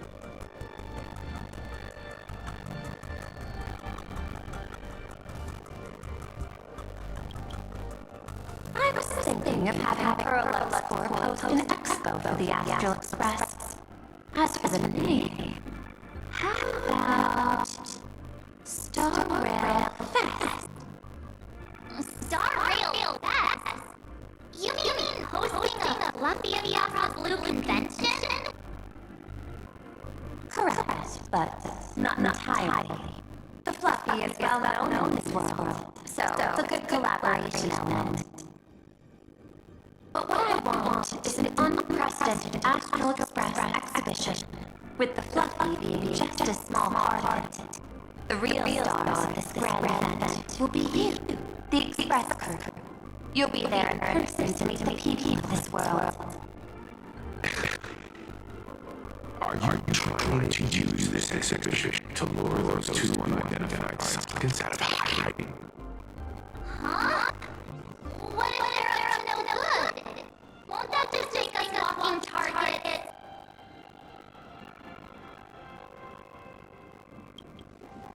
could be more inspiring to the people of the world than standing face to face with heroes of the cosmos. That's an enormous amount of wish power, and the Astral Express is the very source from which this wish power originates.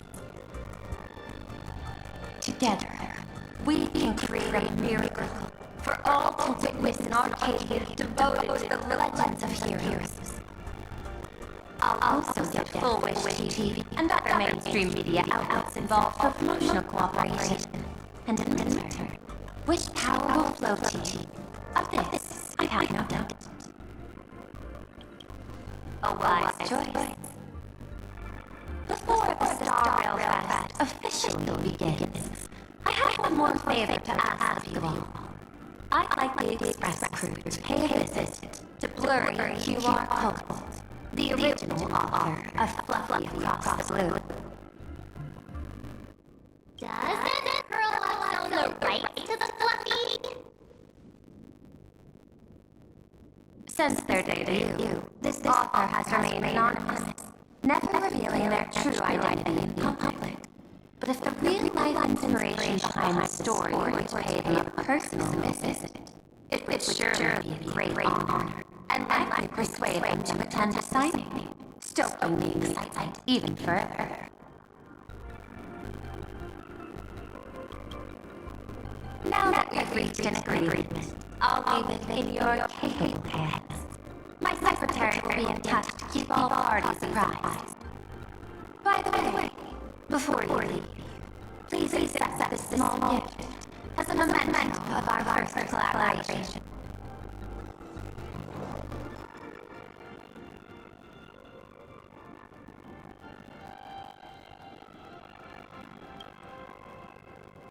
I've studied in detail the records of my colleagues' interactions with partners in Honkai, and I was particularly inspired by Adventuring's technique of giving small gifts that symbolize good fortune. So please, keep this chip with you as a symbol of good fortune for our future cooperation. Take care, everyone. Well, we'll be on our way then.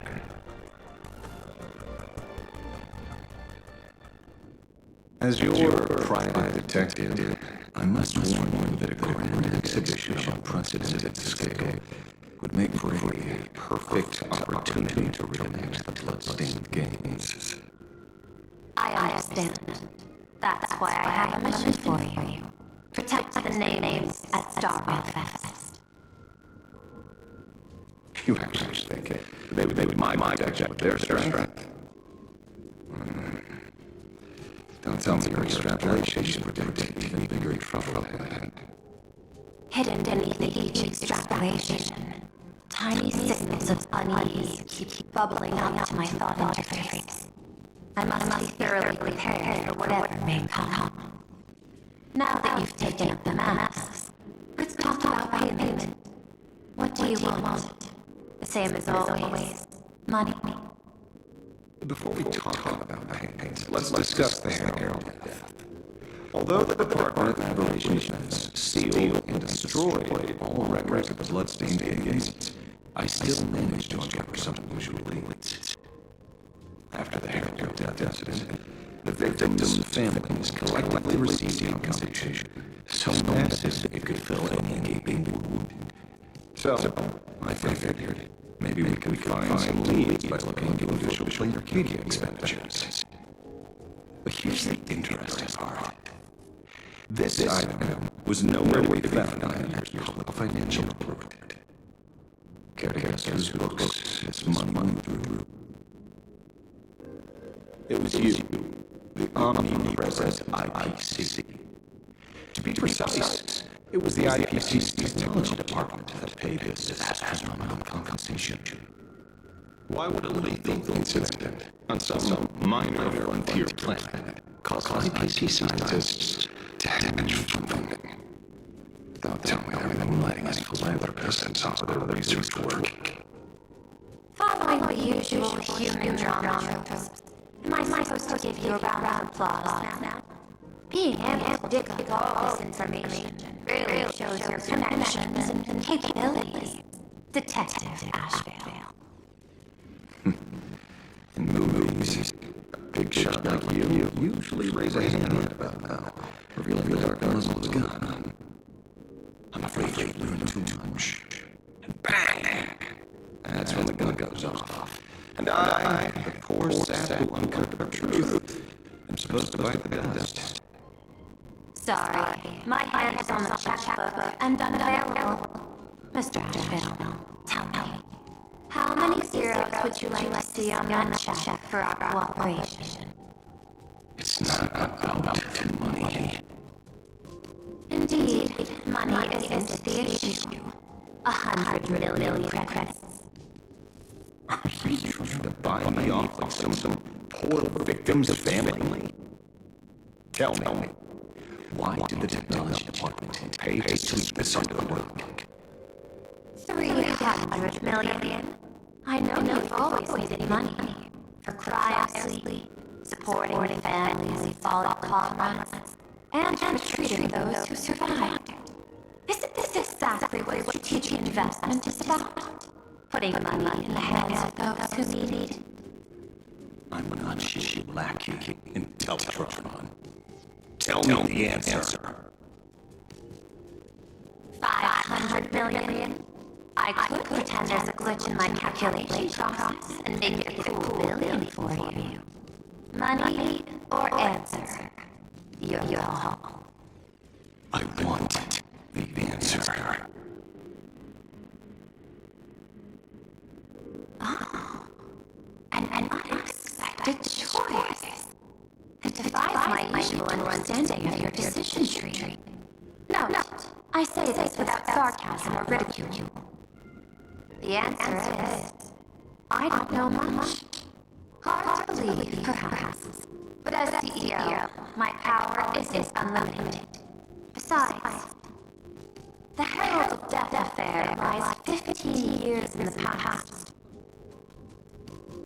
This world is like an unfinished game of chess that's been dragging on for years. The hidden moves laid by the previous player keep coming my challenges. Even today. But since you've invited me to finish this game together, sharing intel is a must. Reasonable. I'll share what I know the answer. Marcus Anthony, the Herald of Death, last member of the Intelligentsia School of Evolutionary Perfection. 5 years ago, his identity was confirmed, and he was executed. No, executed in every sense of the word.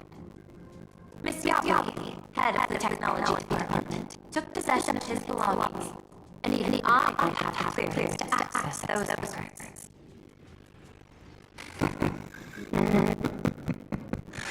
No wonder. So, that was practically IBC personnel. Give or take. That also explains why the technology department shelled out compensation.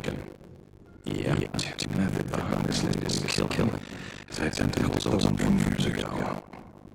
If the Herald of Death is truly dead. A serial killer coming back from the dead is the least of our worries. Even if a serial killer does come back to life, he's still just a serial killer who's been shut out of the Eon game. What's more concerning is this. Someone wants to exploit the legacy of the Herald of Death. Miss Yali took away everything that man left behind, except for the fear he instilled in the people of this world. And during the Fantasy Games, not only can miracles trigger wish back, but fear too. Based on my extrapolations, the appearance of this new Herald of Death might mark the beginning of the festival spiraling out of control. No wonder you're in such a hurry to do the answers. Mr. Ashvale, I've always respected you. But right now, I need to rely on your strength even more.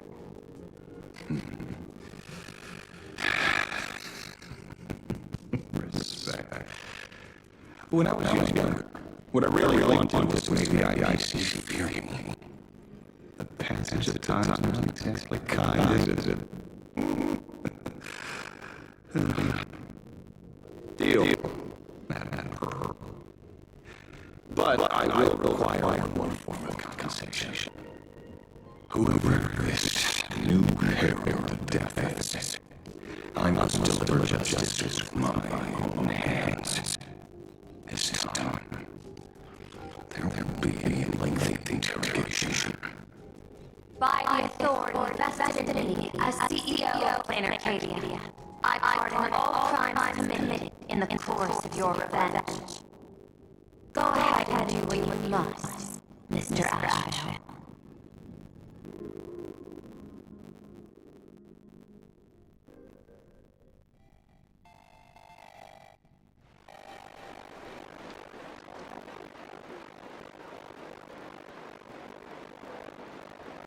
My friend, I don't blame you, but I am done being a totally dead waste. So do me a favor and pay me back for that drink with this bullet. Just do it, you coward! Let me die as a Galaxy Ranger before I turn into a monster of abundance! Shoot me! I beg you. My Skywalker love, may you have a pleasant dream.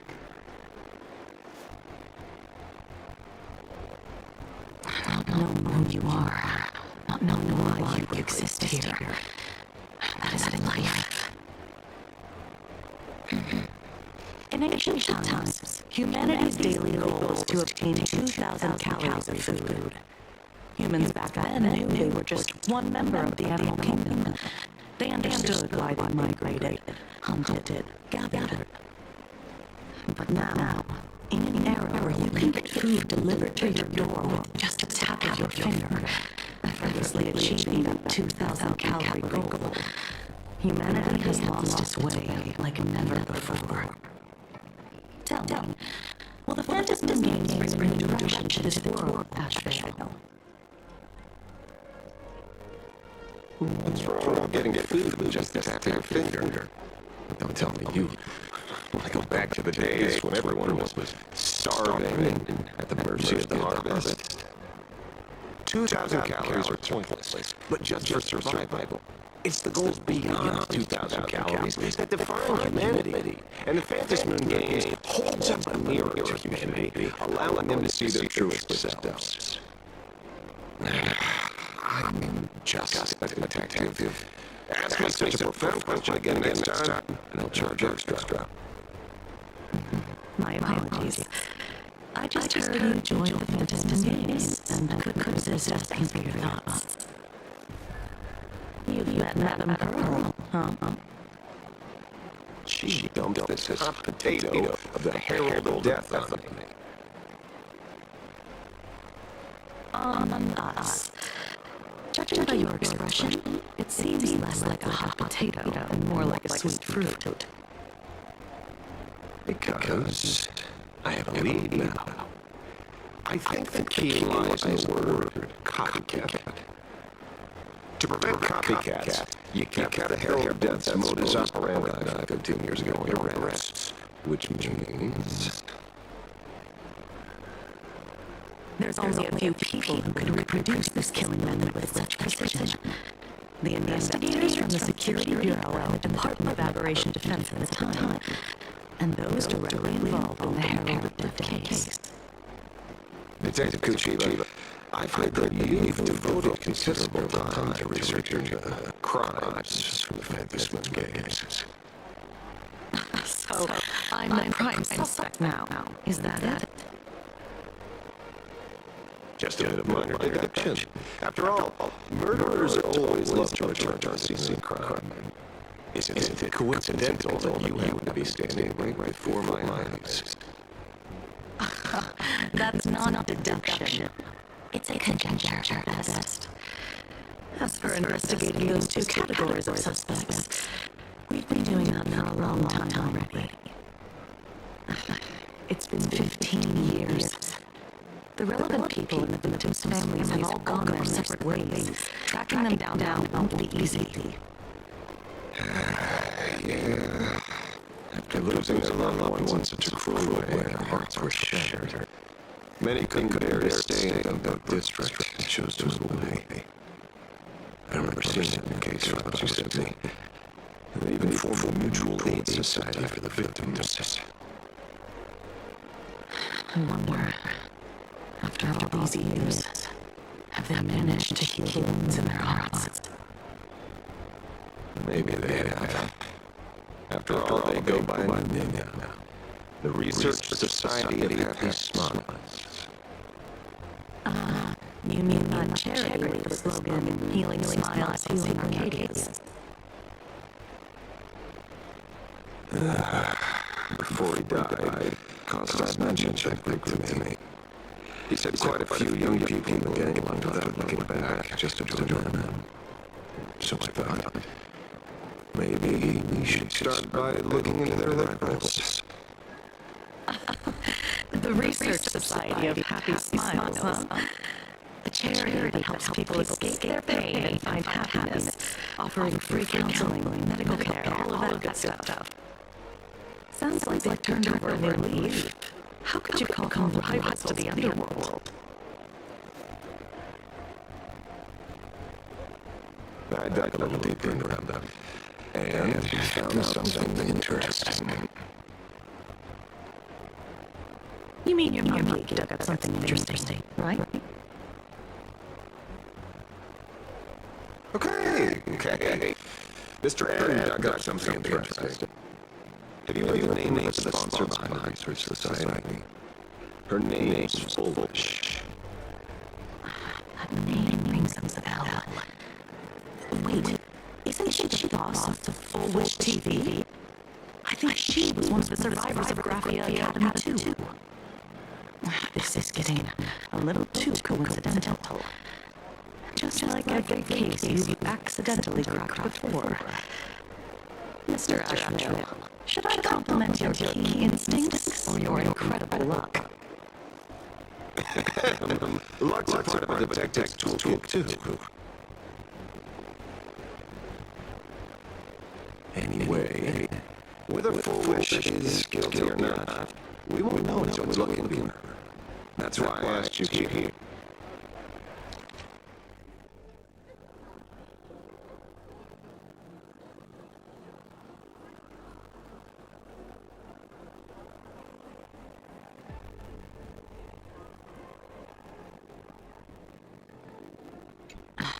Duff Brook District New Life Project, Public Recruitment and Mental Healing Seminar at the Research Society of Happy Smiles. And she's the speaker? Holding a seminar at a place meant to bury past trauma, the very site of 2 bloody incidents. Miss Foolish's audacity is certainly impossible to ignore. So what are we waiting for? It's time to drag Duff Brook District's old skeleton down to the light.